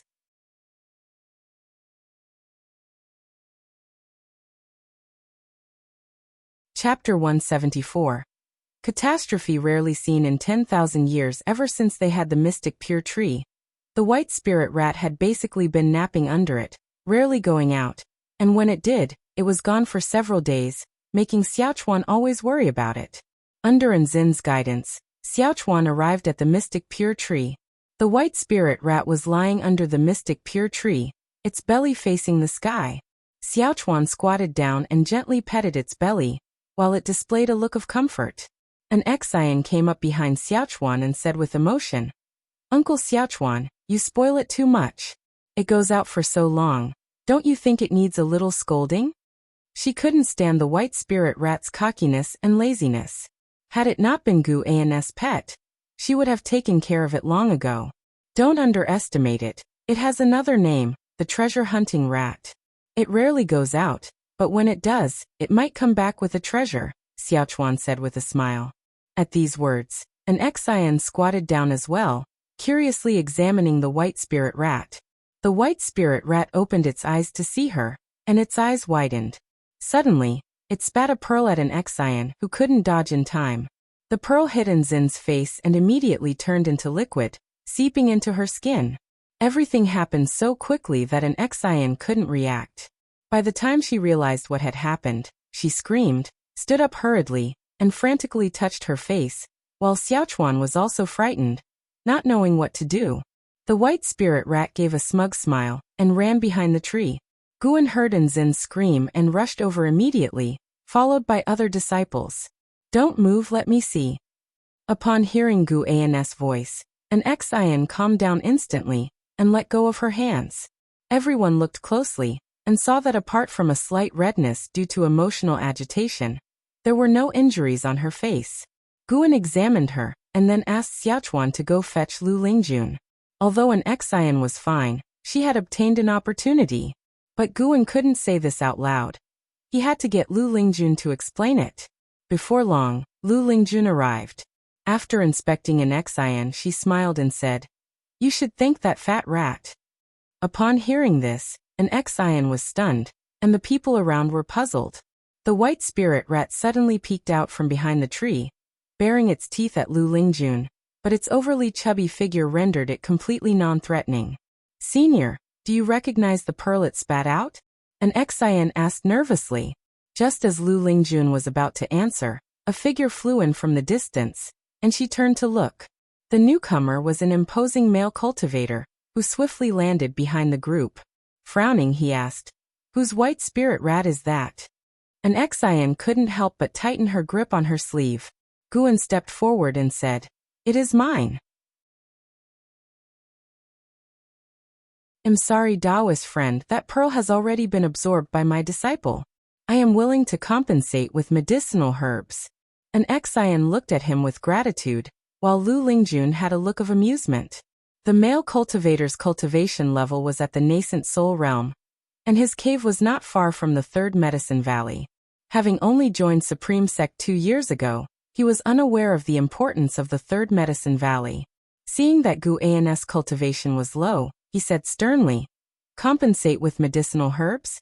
You are merely the acting valley master. How many medicinal herbs can you offer?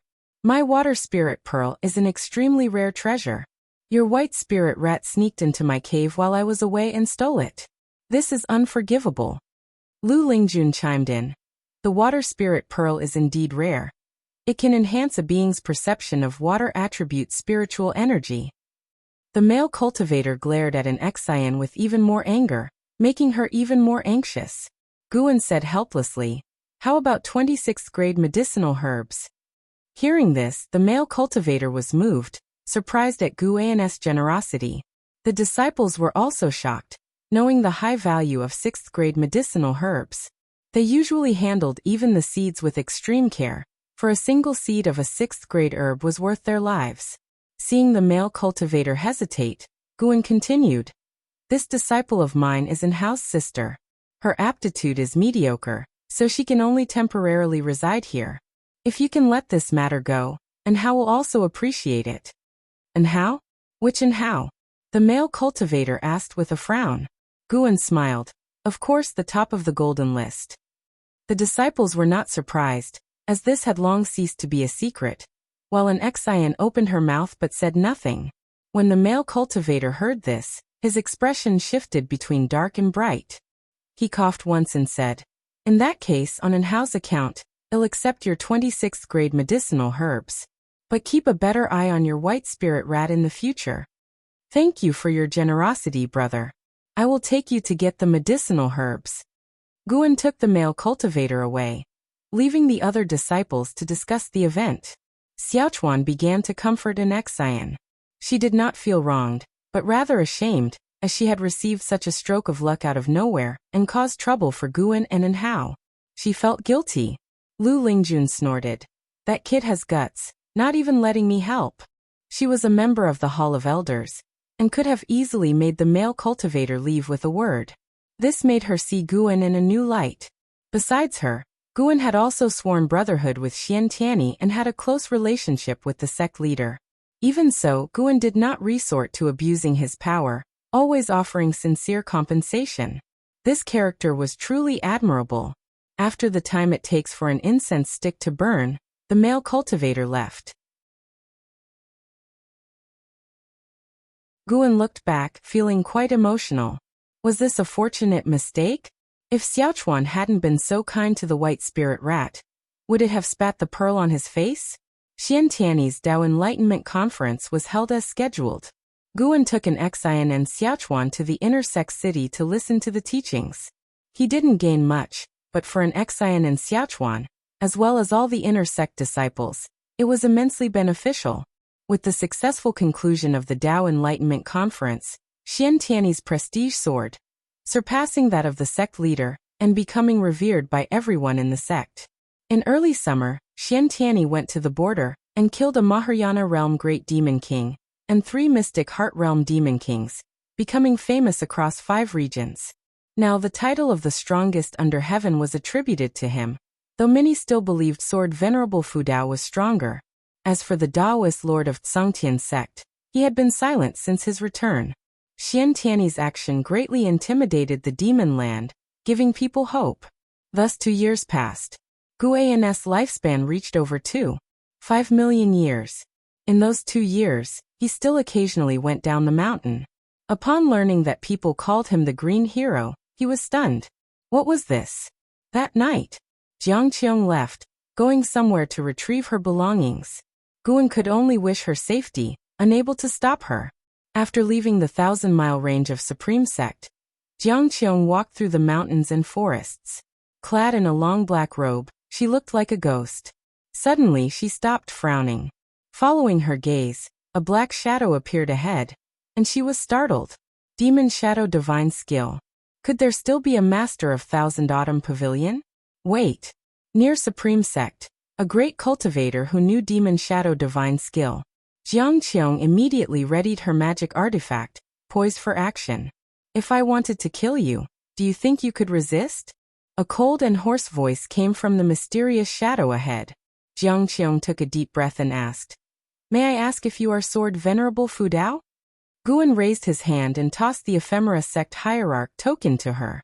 She did not catch it, but took a step back and looked down at the token on the ground. The 3 words Ephemera Sect made her complexion change drastically. You are from Ephemera Sect? How is that possible? Jiang Qiong looked at Guan in disbelief. Sword Venerable Fu Dao, who had opposed Ephemera Sect, was actually from Ephemera Sect? Guan said calmly, This is the Hierarch token of Ephemera Sect. From now on, you are my envoy, managing Ephemera Sect on my behalf. You can do what you want, but don't let Ephemera Sect commit any more evil deeds. Upon hearing this, Jiang Qiong immediately understood.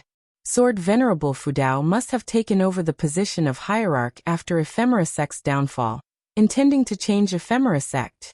She breathed a sigh of relief. As long as Sword Venerable Fu Dao is truly a good person, there is no need to be so fearful. Why choose me? Jiang Qiong asked. You have been in Supreme Sect for over 100 years, coming and going. I saw you on 9 Nether Road before. Later, you returned to Supreme Sect and did not harm the disciples, which at least shows that your nature is not bad. You seem to be in a swamp, perhaps because there are people you care about in Supreme Sect or because you are avoiding enemies. Guan said nonchalantly. Jiang Qiong's expression changed, and her eyes turned cold. She thought Sword Venerable Fu Dao was using Guan to threaten her. None of that matters. What matters is whether you are willing to take over Ephemera Sect. The Ghost Mother of Ephemera and the 9 Nether 13 Evil will see the token as seeing me. With this token you can make great impacts, Guan said coldly. Jiang Qiong took a deep breath and said, To be honest, I have offended 7-star Spirit Realm. That is also one of the reasons. What? Jiang Qiong's face changed drastically, and she looked at Guan in shock. Moonlight shone through the gaps in the leaves, illuminating her, while Guan remained in the darkness. Jiang Qiong returned after 3 months. It was autumn, and the night was slightly cool. Guan and Jiang Qiong came to the 8 scenic caves. Disciple grandson, I have returned to say goodbye, Jiang Qiong said softly, looking up at the green vine tree. Guan feigned confusion and asked, Where are you going? Jiang Qiong smiled. During this time, I've thought a lot. Hiding all the time is not the solution. It might even drag you down. 7-star Spirit Realm is indeed powerful, but they are not necessarily the rulers of the world. I want to build my own force and keep climbing. Guan appeared hesitant, various emotions flickering across his face. Noticing his expression, Jiang Qiong felt even happier. She laughed. The great demon calamity is imminent. The more chaotic it gets, the greater the opportunities. Maybe in 100 years, I can come to Supreme Sect openly. By then, I'll have you receive me, all right? Guan asked, Do you really have to fight? In the world of immortal cultivation, if you don't fight, you'll be trampled on sooner or later. Even if you are safe in Supreme Sect for now, what about later? What if someone wants to kick you out and take over your achievements in Medicine Valley? What will you do? Faced with Jiang Qiong's questioning, Guan remained silent. Afraid that he would be timid in the future, Jiang Qiong smiled and said, If you don't fight, then I'll fight. Don't worry, as long as I'm alive, there will always be a place for you. Unless I die. Guan was moved and looked at her. Satisfied with his expression, Jiang Qiong said, According to the information I've received, the great demon calamity is about to fully erupt. Be prepared for this once-in-million-years catastrophe.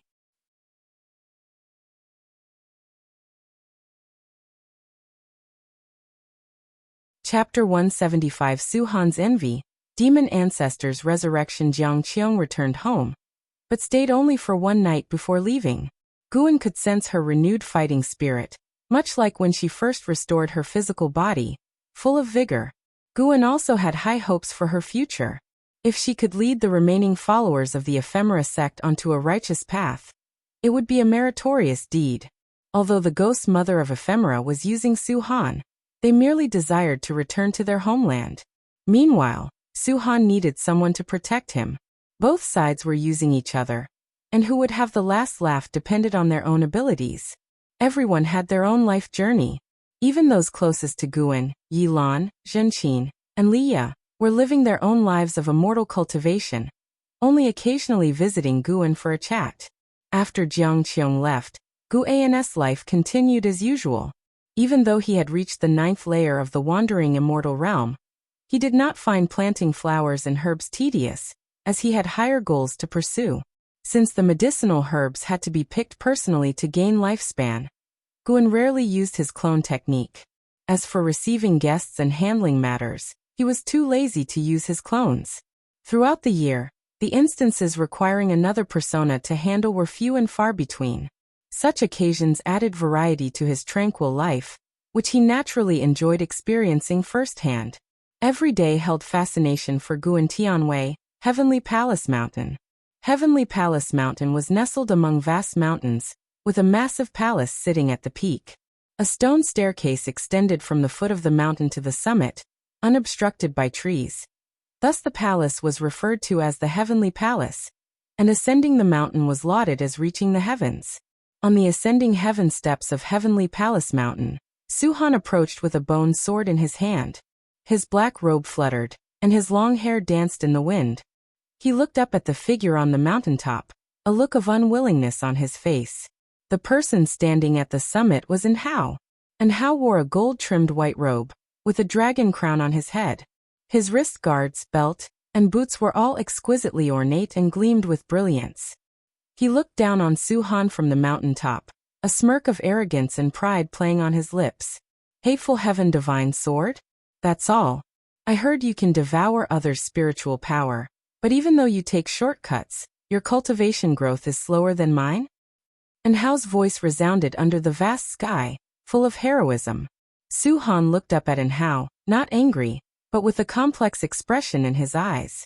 At that moment, several figures appeared in the woods at the base of the mountain. They moved like specters, quickly positioning themselves behind Su-han.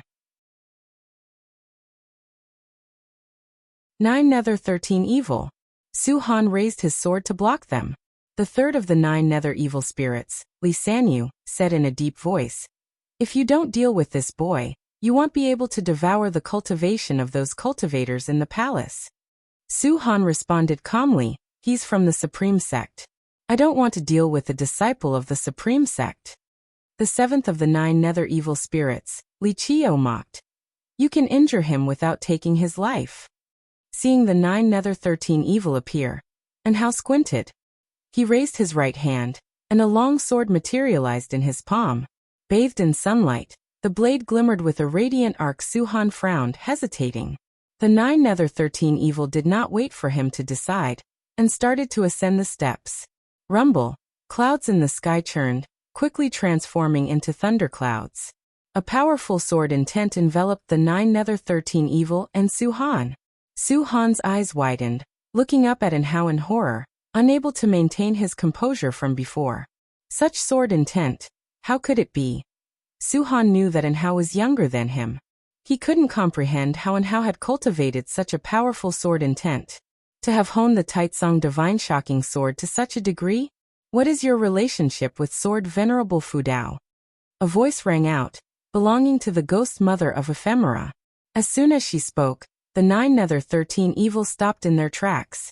The name sword Venerable Fudao made them cringe in fear. Luckily, they had not attacked Hao earlier. Hao snorted coldly. Why ask so many questions? If you want to fight, then fight.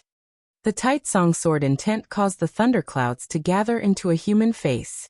If Guan saw this, he would feel gratified, as in how had taken the mastery of the Taitsong divine shocking sword to a new level. Retreat.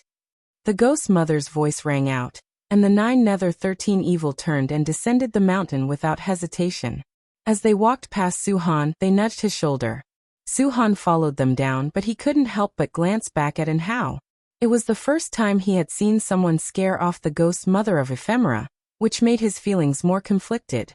If I had a background like his, I wouldn't be in this situation.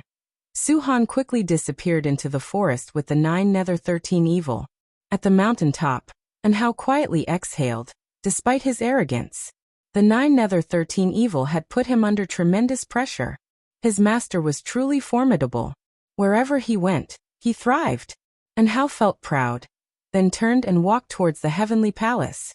Before he reached the door, Si Yen'er poked her head out from within, looking at Hao excitedly. As Hao approached, she softly asked, "So your master is Sword Venerable Fudao?" Hao pressed her head, not uttering a word, and walked straight into the heavenly palace. Late autumn, 3rd Medicine Valley. Guan sat on the staircase of a pavilion, watching the disciples clear the autumn leaves. The 3rd Medicine Valley was vast and its scenery magnificent, making him feel content. The weather was pleasant, the wind was gentle, everything seemed wonderful. The only blemish was a strong surge of demon energy gathering in the north. Guan used his divine sense, at the wandering immortal realm, to see endless demons surrounding a mountain. The mountain appeared as if it had been sliced by the heavenly sword, its top flat, with an altar standing on it. The area around the altar was filled with great demons, the lowest of which were at the mystic heart realm, and one had even reached the nirvana realm. Guan speculated that the one of the nirvana realm must be the demon emperor. A stronger demon energy than the nirvana realm was amassing within the altar. Demon energy pervaded the lands and skies, and the clouds above churned. Occasionally a meteor would fall, resembling an apocalyptic scene. Moreover, Guan sensed the presence of great cultivators around the demons. Some of these cultivators also had the aura of the nirvana realm. Evidently, these cultivators were from the 7 Stars spirit realm, and they were waiting for the resurrection of the demon ancestor. Neither human nor demon, what an interesting world. Guan laughed softly, his tone mocking. He retracted his divine sense, and then took out the Taoist Sunshin's writings to peruse. He had no intention of prematurely stopping the demonic calamity. He planned to act unexpectedly against the 7 Stars spirit realm, and now was not the right time. The sun set and the moon rose. An Exian arrived at the staircase asking, "Master, why are you sitting here?" Guan looked at her, smiling. "Enjoying the moonlight. How about you? How has your cultivation been lately?" After merging with the water spirit pearl, Enzin's maximum lifespan hadn't changed. Treasures of extraordinary rarity in this world couldn't easily alter one's lifespan limits, but he could feel that Enzin's energy absorption speed had greatly improved. An Exian smiled sweetly and said, "Pretty good, thanks to you, master. I promised to cultivate herbs well to make up for your loss. A 6th-grade herb is priceless. It might take you a lifetime to make up for it." "No problem. As long as you don't mind, master, I'm happy to stay in the Medicine Valley for a lifetime." Unlike Hao, who sought justice in the world of immortal cultivation, an Exian, aware of her mediocre talents, only cared about this Medicine Valley. There were hundreds of disciples in the valley, so life was not dull. Occasionally, she would visit the outer gate city. She had no worries and enjoyed these days greatly. Seeing Enzin's bright smile, Guan couldn't help but smile too. "Then I will provide for her for a lifetime." Guan treated his disciples well, not for any return. Could these disciples surpass him in power? He simply enjoyed creating good relationships. Having affection for others who reciprocated his kindness gave him satisfaction. The master and disciple chatted idly, and an Exian mentioned the white spirit rat, saying it was too fat and needed some exercise. Thus, Guan entrusted the white spirit rat to her, permitting her to handle it as she wished, which made her very happy. One night passed. Early the next morning, many Supreme Sect disciples flew northward. Some even flew over the Third Medicine Valley, making an impressive spectacle, and causing the valley's disciples to talk excitedly. After watching for a while, Guan stepped onto the transmission array platform. An ancient hour later, Guan arrived at Tianya Valley. He saw LV Xian had returned, meditating on a cliff facing the valley's entrance. Seeing him from afar, LV Xian nodded slightly as a greeting. Guan nodded back and walked into the valley. 2 years had passed, and the world's landscape had greatly changed. Now only 3 dynasties remained: the Taizong dynasty, the Tianwei dynasty, and the Great Jiang dynasty. Among them, the Taizong dynasty possessed the most extensive territory. The Great Jiang dynasty was at the bottom because they hadn't participated in the internal wars, being too busy fighting demons. After Guan finished harvesting the medicinal herbs, he had 3 monkey demons plant the seeds. Luo Hun came to Guan's side and said, "Your Majesty wants you to hasten to increase your cultivation level to the 9th layer of the Foundation Establishment realm, and reach the core formation soon." He raised his hand, took out an ornate box, and handed it to Guan. "His Majesty said that with your current status in the Supreme Sect, someone will surely help you form your core. This is a golden core he prepared in advance since he can't find the time to return himself." Luo Hun's eyes showed curiosity. He was curious about Guan's current status in the Supreme Sect. Unfortunately, Li Zuando's letter did not specify. Guan put the box into his storage bag and asked Luo Hun to thank Li Xiandao on his behalf. Luo Hun whispered, "The book?" Guan discreetly took out a book. "This is the latest Green Hero travelogue. Green Hero himself gave it to me, and no third person has seen it yet." Luo Hun accepted it with joy. At that moment, Ji Xiaoyu's brother, Ji Ruolai, appeared behind Luo Hun, looking at Guan asking, "Have you met Xian Tianyi?" Luo Hun moved aside to give him room. Guan asked, "Why do you ask?" "Green Hero travelogue is written by Xian Tianyi," Ji Ruolai said expressionlessly. Luo Hun was embarrassed, quickly leaving. Guan nodded. "Indeed, we have sworn brotherhood." Hearing this, Luo Hun stopped, looking at him in disbelief. Ji Ruolai squinted his eyes, carefully examining Guan. LV Xian, who was meditating on the cliff, opened his eyes. The name Xian Tianyi was well known to him. In the current world of immortal cultivation, who didn't know the Supreme Sect's true inheritor? Ji Ruolai stared at Guan and said, "It seems Xian Tianyi likes your investiture of the gods." "Investiture of the gods? What do you mean?" Luo Hun suddenly stepped forward, looking at Ji Ruolai with a frown. "Are you saying investiture of the gods was written by Guan?"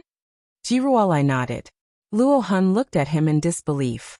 This news was more shocking than Guan and Xian Tianyi's sworn brotherhood.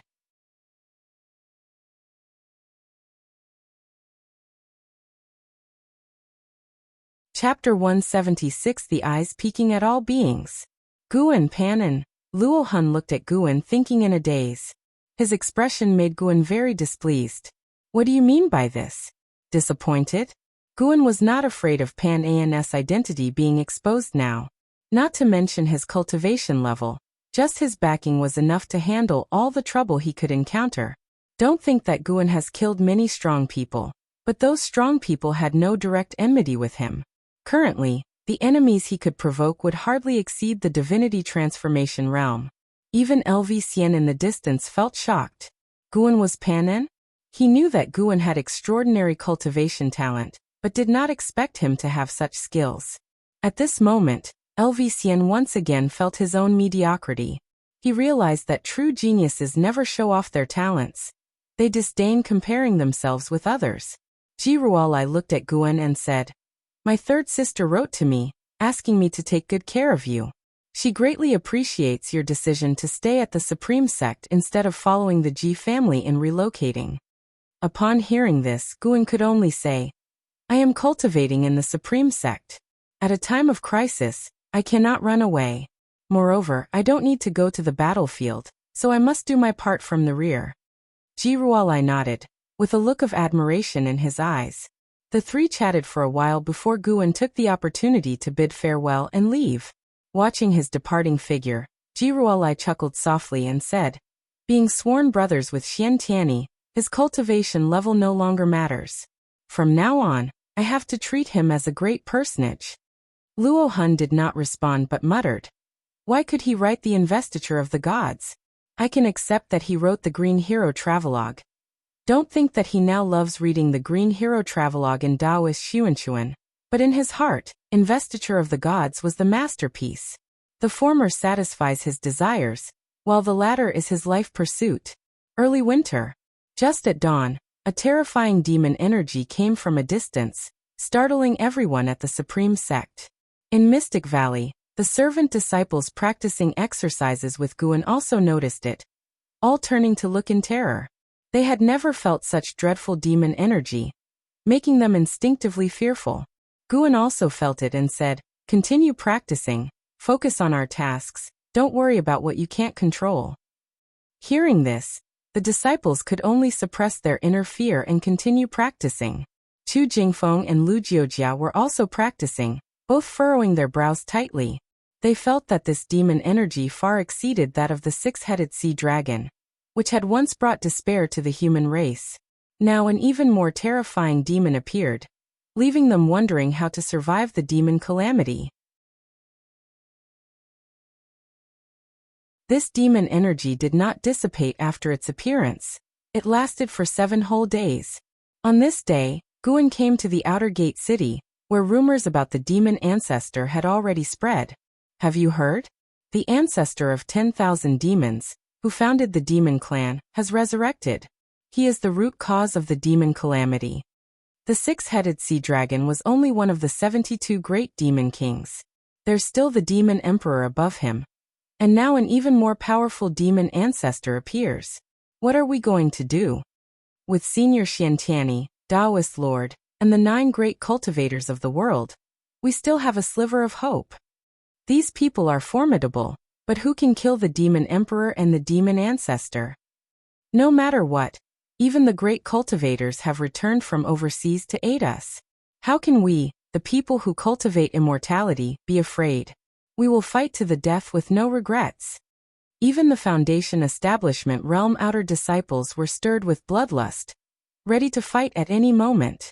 Guan arrived at the edge of the heavenly repair platform and saw Di Xie, the son of the demon emperor, not comprehending sword enlightenment, but standing by the platform, looking at the sky, seeming deep in thought. The sky was covered with surging dark clouds, and the snow was falling heavily, as if to obscure the vast world. Guan also looked up, raising his right hand to catch a flake of snow. The snowflake melted instantly upon touching his hand, dissipating into wisps of white vapor. Loose immortal. Guan silently thought in his heart, judging the cultivation level of the demon ancestor. Indeed terrifying. If Xian Tianyi and Taoist Lord had not returned, the human race of the 3 dynasties, having only mystic heart realm cultivators, how could they resist the loose immortal realm demon ancestor? Even if those 2 returned, they could not possibly be a match for the demon ancestor. The gap in cultivation levels was too vast enough for the demon ancestor to easily crush them. Under Guan's gaze, the dark clouds in the sky actually formed the outline of 2 gigantic eyes, overlooking all beings with oppressive power. More and more people noticed the abnormality in the sky. As they looked up, all were terrified. Before these eyes, all beings felt their insignificance. They inexplicably thought of a name. Demon Ancestor. The outer gate city quickly fell into extreme silence and oppression. Humph. So what if it's the demon ancestor? I, Xian Tianyi, will surely vanquish it. Watch closely, everyone, this world is ruled by humans. Xian Tianyi's domineering voice resounded through the supreme sect, like thunder, echoing for a long time, making everyone who heard it enthusiastic with boiling blood. Guan smiled upon hearing this. One had to admit, Xian Tianyi indeed possessed the bearing of a savior. In this regard, LV Batian was inferior to him. LV Batian was domineering in management, but Xian Tianyi had an unmatched sharpness, a sharpness that could bring people endless power in times of calamity. Guan could feel Xian Tianyi flying out of the supreme sect, heading towards the northern territory. He turned and left. Countless demons were coming south, and it wouldn't be long before the great calamity of demons would fully erupt. Let them fight first. Only after experiencing despair can one truly cherish peace. Heavenly Phoenix Mountain Nianchu Cave. At a stone table, Guan was drinking, while Tian Yaoer squatted on a stone stool, barefoot, looking up at the sky nervously.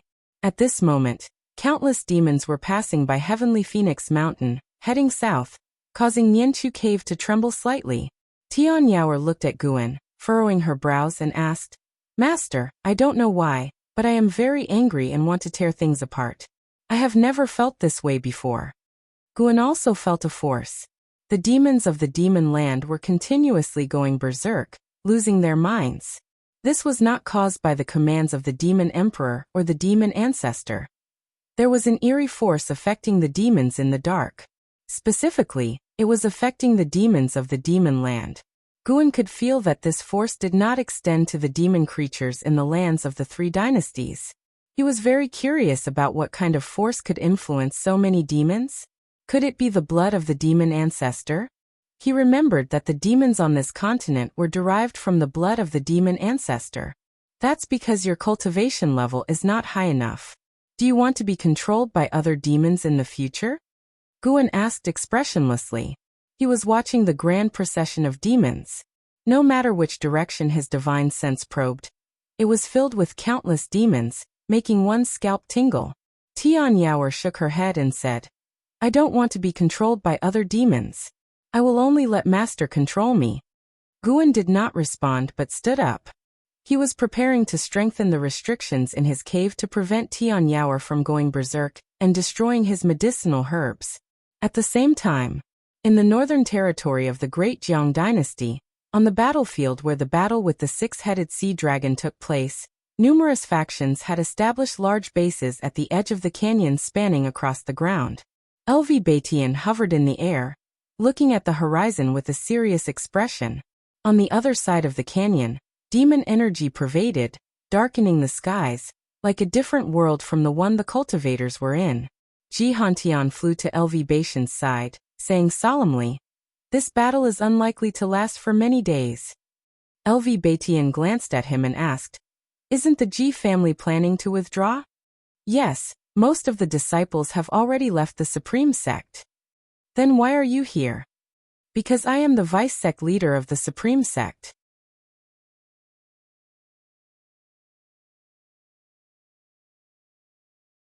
He discovered that numerous ancient ruins and perilous places across the three dynasties' lands revealed signs of spatial formations, transmitting many demons into the interior. These teleportation arrays came from various ancient relics and deadly grounds.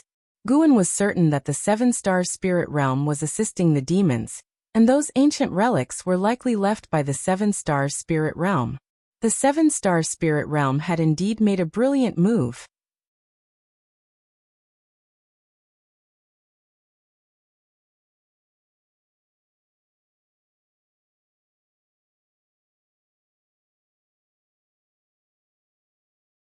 Demon Master.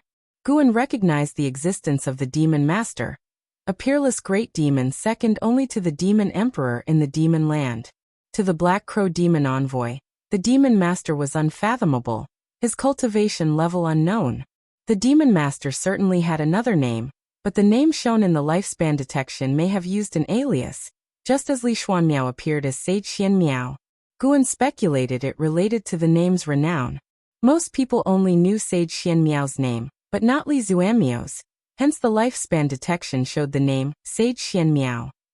The Demon Master had transformed into a middle-aged man in plain robes, with a refined and handsome appearance, devoid of any demonic energy. His cultivation seemed only at the core formation realm. He did not notice Guan, distracted by the numerous cultivators on both sides. He walked straight towards Dixie, eventually standing behind him, silently observing the two characters, Righteous Path. After a while, the Demon Master spoke admiringly.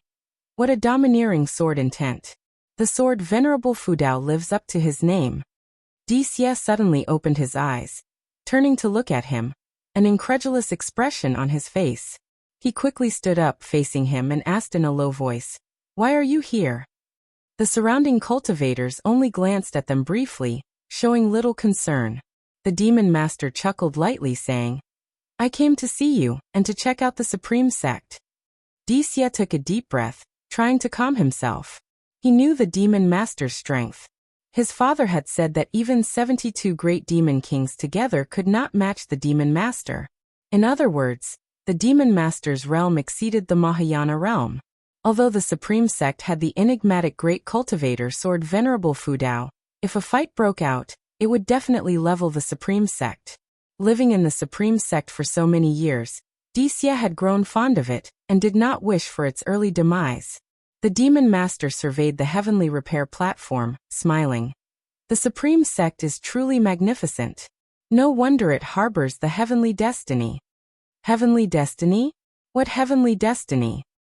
Disya asked, frowning. He was cautious, fearing someone would discover the demon master's true identity. The demon master chuckled, saying, "In my calculations, the celestial order has changed. Yet I cannot discern the reason for the shift in heavenly destiny. But I found that the celestial order of the human race in the 3 dynasties has altered, with the supreme sect undergoing the most significant change." Disya asked in a low voice, "What is your purpose in coming here?" The demon master grinned, his smile growing increasingly sinister and cold. They did not notice someone leaving the heavenly repair platform. Guan arrived in an alley, then instantly appeared in the Mystic Heaven Cave Mansion in the North Sea mountain range.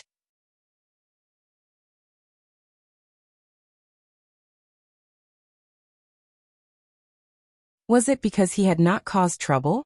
At that moment, Disya's reverence for the sword Venerable Fudao reached its peak.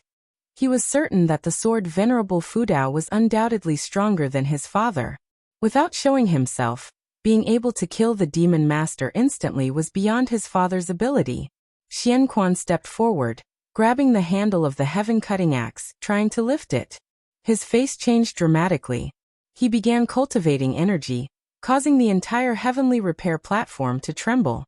Under everyone's watchful eyes, the heaven-cutting axe stood motionless, undisturbed.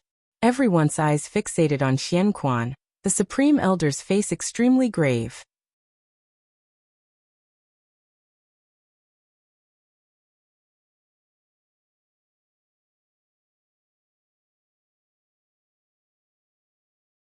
Compared to years ago, his sword strikes no longer felt heavy.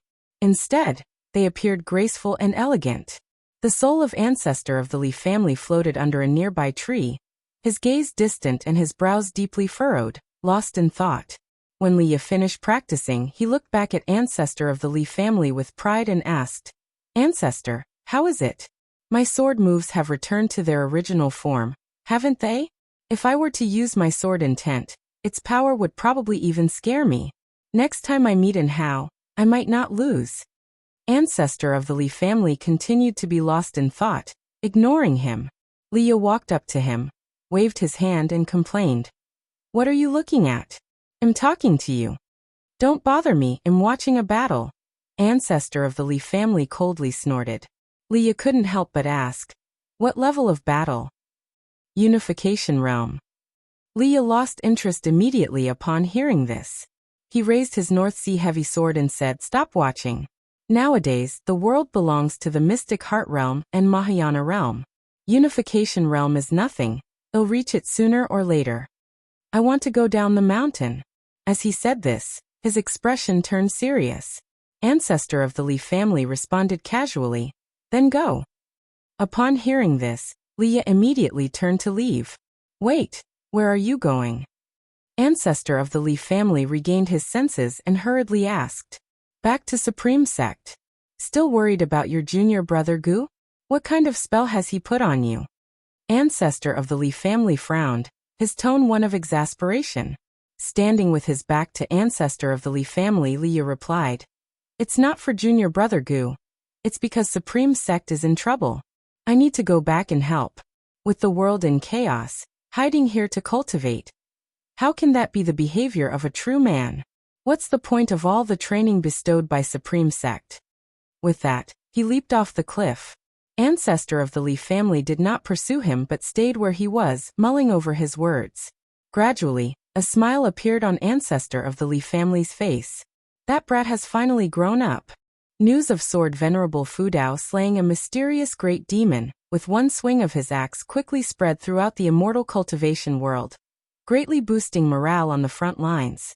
According to ancestor Xian Quan of the Supreme Sect, that mysterious demon definitely had Mahayana realm cultivation. The fall of a Mahayana realm demon was undoubtedly good news for the entire human race. In a grand hall of the great Jiang dynasty. Ha ha ha ha. My supreme sect is indeed powerful.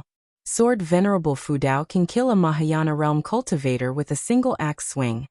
His cultivation level is probably catching up to mine. Xian Tianyi, sitting in the main seat, laughed heartily. Liang Songhai, sitting beside him, also stroked his beard and smiled.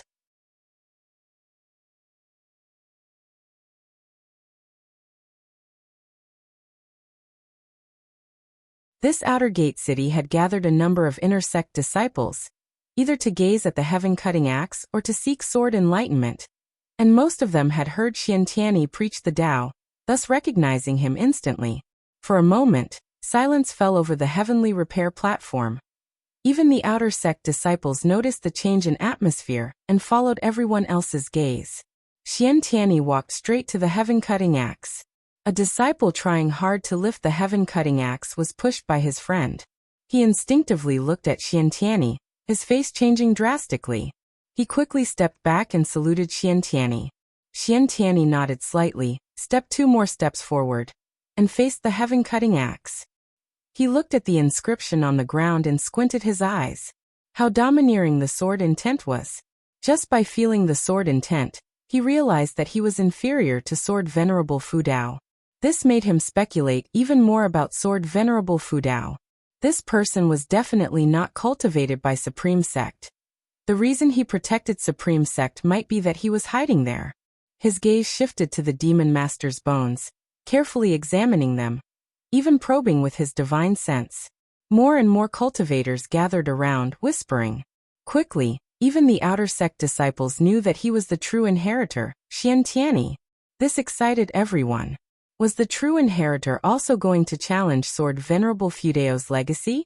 Although Xian Tianyi had gained much fame in recent years, in the hearts of many disciples, he still did not measure up to Sword Venerable Fudao. After all, Sword Venerable Fudao was deeply mysterious. Sword Venerable Fudao's eyebrows suddenly knitted, and his eyes showed a look of shock and fear. These bones were definitely not from a Mahayana realm. Their realm was even higher. Xian Tianyi had traveled overseas for years, and had encountered great cultivators and demons in Nirvana realm. Even immortals. Could Sword Venerable Fudao crush a Nirvana realm demon with one axe? Was Sword Venerable Fudao an immortal? Xian Tianyi immediately raised his hand, gripping the handle of the heaven-cutting axe. Heavy. That was Xian Tianyi's first impression. At this moment, ancestor Xianquan and Lu Lingjun also arrived nearby, curiously watching Xian Tianyi. Lu Lingjun had also tried to lift the heaven-cutting axe before but couldn't even budge it, so she was very curious if Xian Tianyi could lift it. Xian Tianyi used all his strength with one hand, but could not move the heaven-cutting axe at all. A fierce look flashed in his eyes. Boom! A terrifying aura erupted, startling everyone around into retreat. The entire heavenly repair platform trembled violently, as if about to crack open at any moment. Everyone was shocked by Xian Tianyi. What kind of cultivation could produce such an aura? Spiritual power burst forth, creating a gust of wind around Xian Tianyi, even making his robes flutter and rustle. He even bent down, using all his might to lift the heaven-cutting axe. However, the heaven-cutting axe remained unmoved. How could this be? Xian Tianyi's eyes were bloodshot, completely lost in the moment. He admitted he was weaker than Sword Venerable Fudao, but to be unable to lift Sword Venerable Fudao's magic artifact. How could he accept that? His eyes widened, his aura suddenly increasing, his hair lifting, and strange cyan runes appearing on his neck.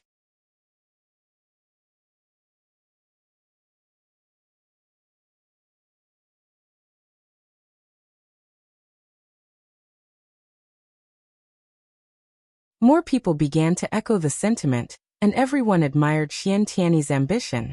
He held his head high, embodying the demeanor of a prodigy. Time flew by quickly. Night fell. Inside the pavilion of the Third Medicine Valley. Bang! Damn it, that was so humiliating. Xian Tiany slapped the table angrily. One hand couldn't help but cover his face. Facing him, Guan found it amusing and said, "Isn't it good that someone is stronger than you? At least the pressure isn't all on you." Xian Tiany covered his face. "I know. I just regret acting so hastily. I should have tried when fewer people were around. No, I should have given up after a try. Instead, I used the secret technique and caused such a commotion. It's just too embarrassing." The more he spoke, the more frustrated he became. Guan secretly enjoyed it. He took out spiritual wine and poured a drink for Xian Tiany. "Then let's drown your sorrows with wine? Drink. I swear to reclaim my honor once I become an immortal," Xian Tiany said in frustration. He looked at Guan. "Don't tell anyone about this. I'm only confiding in you." Guan said, "Don't worry, we are sworn brothers. Your honor is my honor. I will naturally cover for you. Sai, I wonder who Sword Venerable Fudao is and where he is hiding. Honestly, I really want to meet him and get to know him." Xian Tiany sighed. Guan teased, "If you knew Sword Venerable Fudao, would you be sworn brothers with him?" "Why not? It would give you another backer." Xian Tiany laughed too. "Could you call Sword Venerable Fudao your big brother?" "Of course, how could I ask him to be my little brother? And he is surely much older than me." "Alright, from now on, Sword Venerable Fudao is the eldest brother.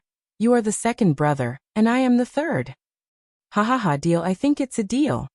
Xian Tiany laughed gleefully and began clinking bowls with Guan. Guan was equally pleased, finally promoted from little brother to big brother. Although Xian Tiany was over 500 years older than him, serving as a little brother to someone of lower realm felt uncomfortable. Now it was better, he became the big brother. After venting his frustration, Xian Tiany started to narrate how heavy the heaven-cutting axe was. "You have no idea, your brother really gave it his all, but that axe was as heavy as if the heavenly Tao possessed it." The more exaggerated Xian Tiany described, the more Guan enjoyed it. He wasn't bothered in the slightest, even hoping Xian Tiany would continue. It wasn't until dawn the next day that Xian Tiany finally left. He had to head to the front line for battle, and couldn't stay in the Supreme Sect for long. Guan walked downstairs stretching lazily. Sunlight bathed him, making him feel refreshed. The sense of accomplishment from slaying the demon master was far less satisfying than listening to Xian Tiany praise himself. Guan felt he could keep listening if Xian Tiany kept boasting for 3 days and 3 nights.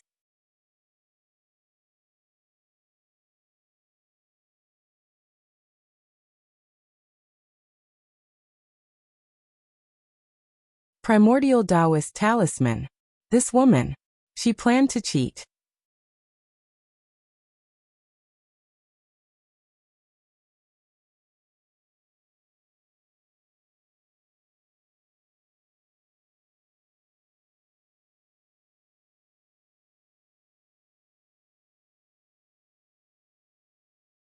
The burly figure reclining on the stone chair was the Demon Emperor, dressed in a loose purple robe, draped in some demon beast's fur, with a necklace of skulls around his neck. His face resembled a human's, with red fur on his cheeks, eyes like an eagle's, thick black hair and 2 sharp horns. He reclined on the chair like a small mountain, his form exuding a sense of terrifying power. The Demon Emperor gazed down at the red-scaled little snake and slowly asked, "Has the demon ancestor emerged from seclusion?" The red-scaled little snake replied, "Not yet. His demands have been increasing lately, even devouring the demons waiting on him." The Demon Emperor squinted his eyes, deep in thought. The red-scaled little snake continued, "Your Majesty, I think we don't need the demon ancestor's power to flatten the 3 human dynasties. If you can kill Sword Venerable Fudao, Xian Tiany, Taoist Lord, and Taoist of Immortality are no threats at all. The demon ancestor is too strange, I have a feeling."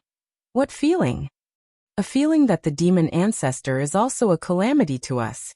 With that, it flicked its tongue, closely watching the Demon Emperor. The Demon Emperor remained expressionless and said, "Whether it is a calamity, we'll know when the demon ancestor emerges."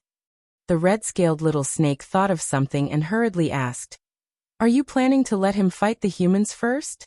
The demon emperor did not answer but instead asked, "Have you found out who is helping those demon kings break through?" "No, those demon kings won't talk. Your Majesty, you know these guys each have their own agendas, but I discovered something else." "What is it?" "The evil demon that has been sealed for 50,000 years is about to break free." Upon hearing this, the demon emperor immediately sat up, leaning forward, squinting his eyes, and asked, "Is that true?" The red-scaled little snake replied, "More and more demonic chi is surging from the ground. It's highly likely true. But we can't trace the evil demon's exact location." The demon emperor seemed to think of something and sneered, saying, "The demon ancestor revives, the evil demon breaks free, and many coincidences converge. This is no coincidence. It's a pity the demon master died too early. Otherwise, we could have tested him further. Speaking of which, he's also pathetic. Even after death, no one sought vengeance for him. It seems his so-called master only used him as a pawn." The red-scaled little snake remained silent, seemingly unwilling to comment on this topic. "You go to the Supreme Sect and find a way to send a message to Sword Venerable Fudao," the demon emperor commanded. The red-scaled little snake trembled upon hearing this, hastily saying, "Your Majesty, The demon emperor interrupted it and stood up, his terrifying demonic presence enveloping it. The red-scaled little snake had no choice but to lower itself, crawling on the ground in submission. At dusk,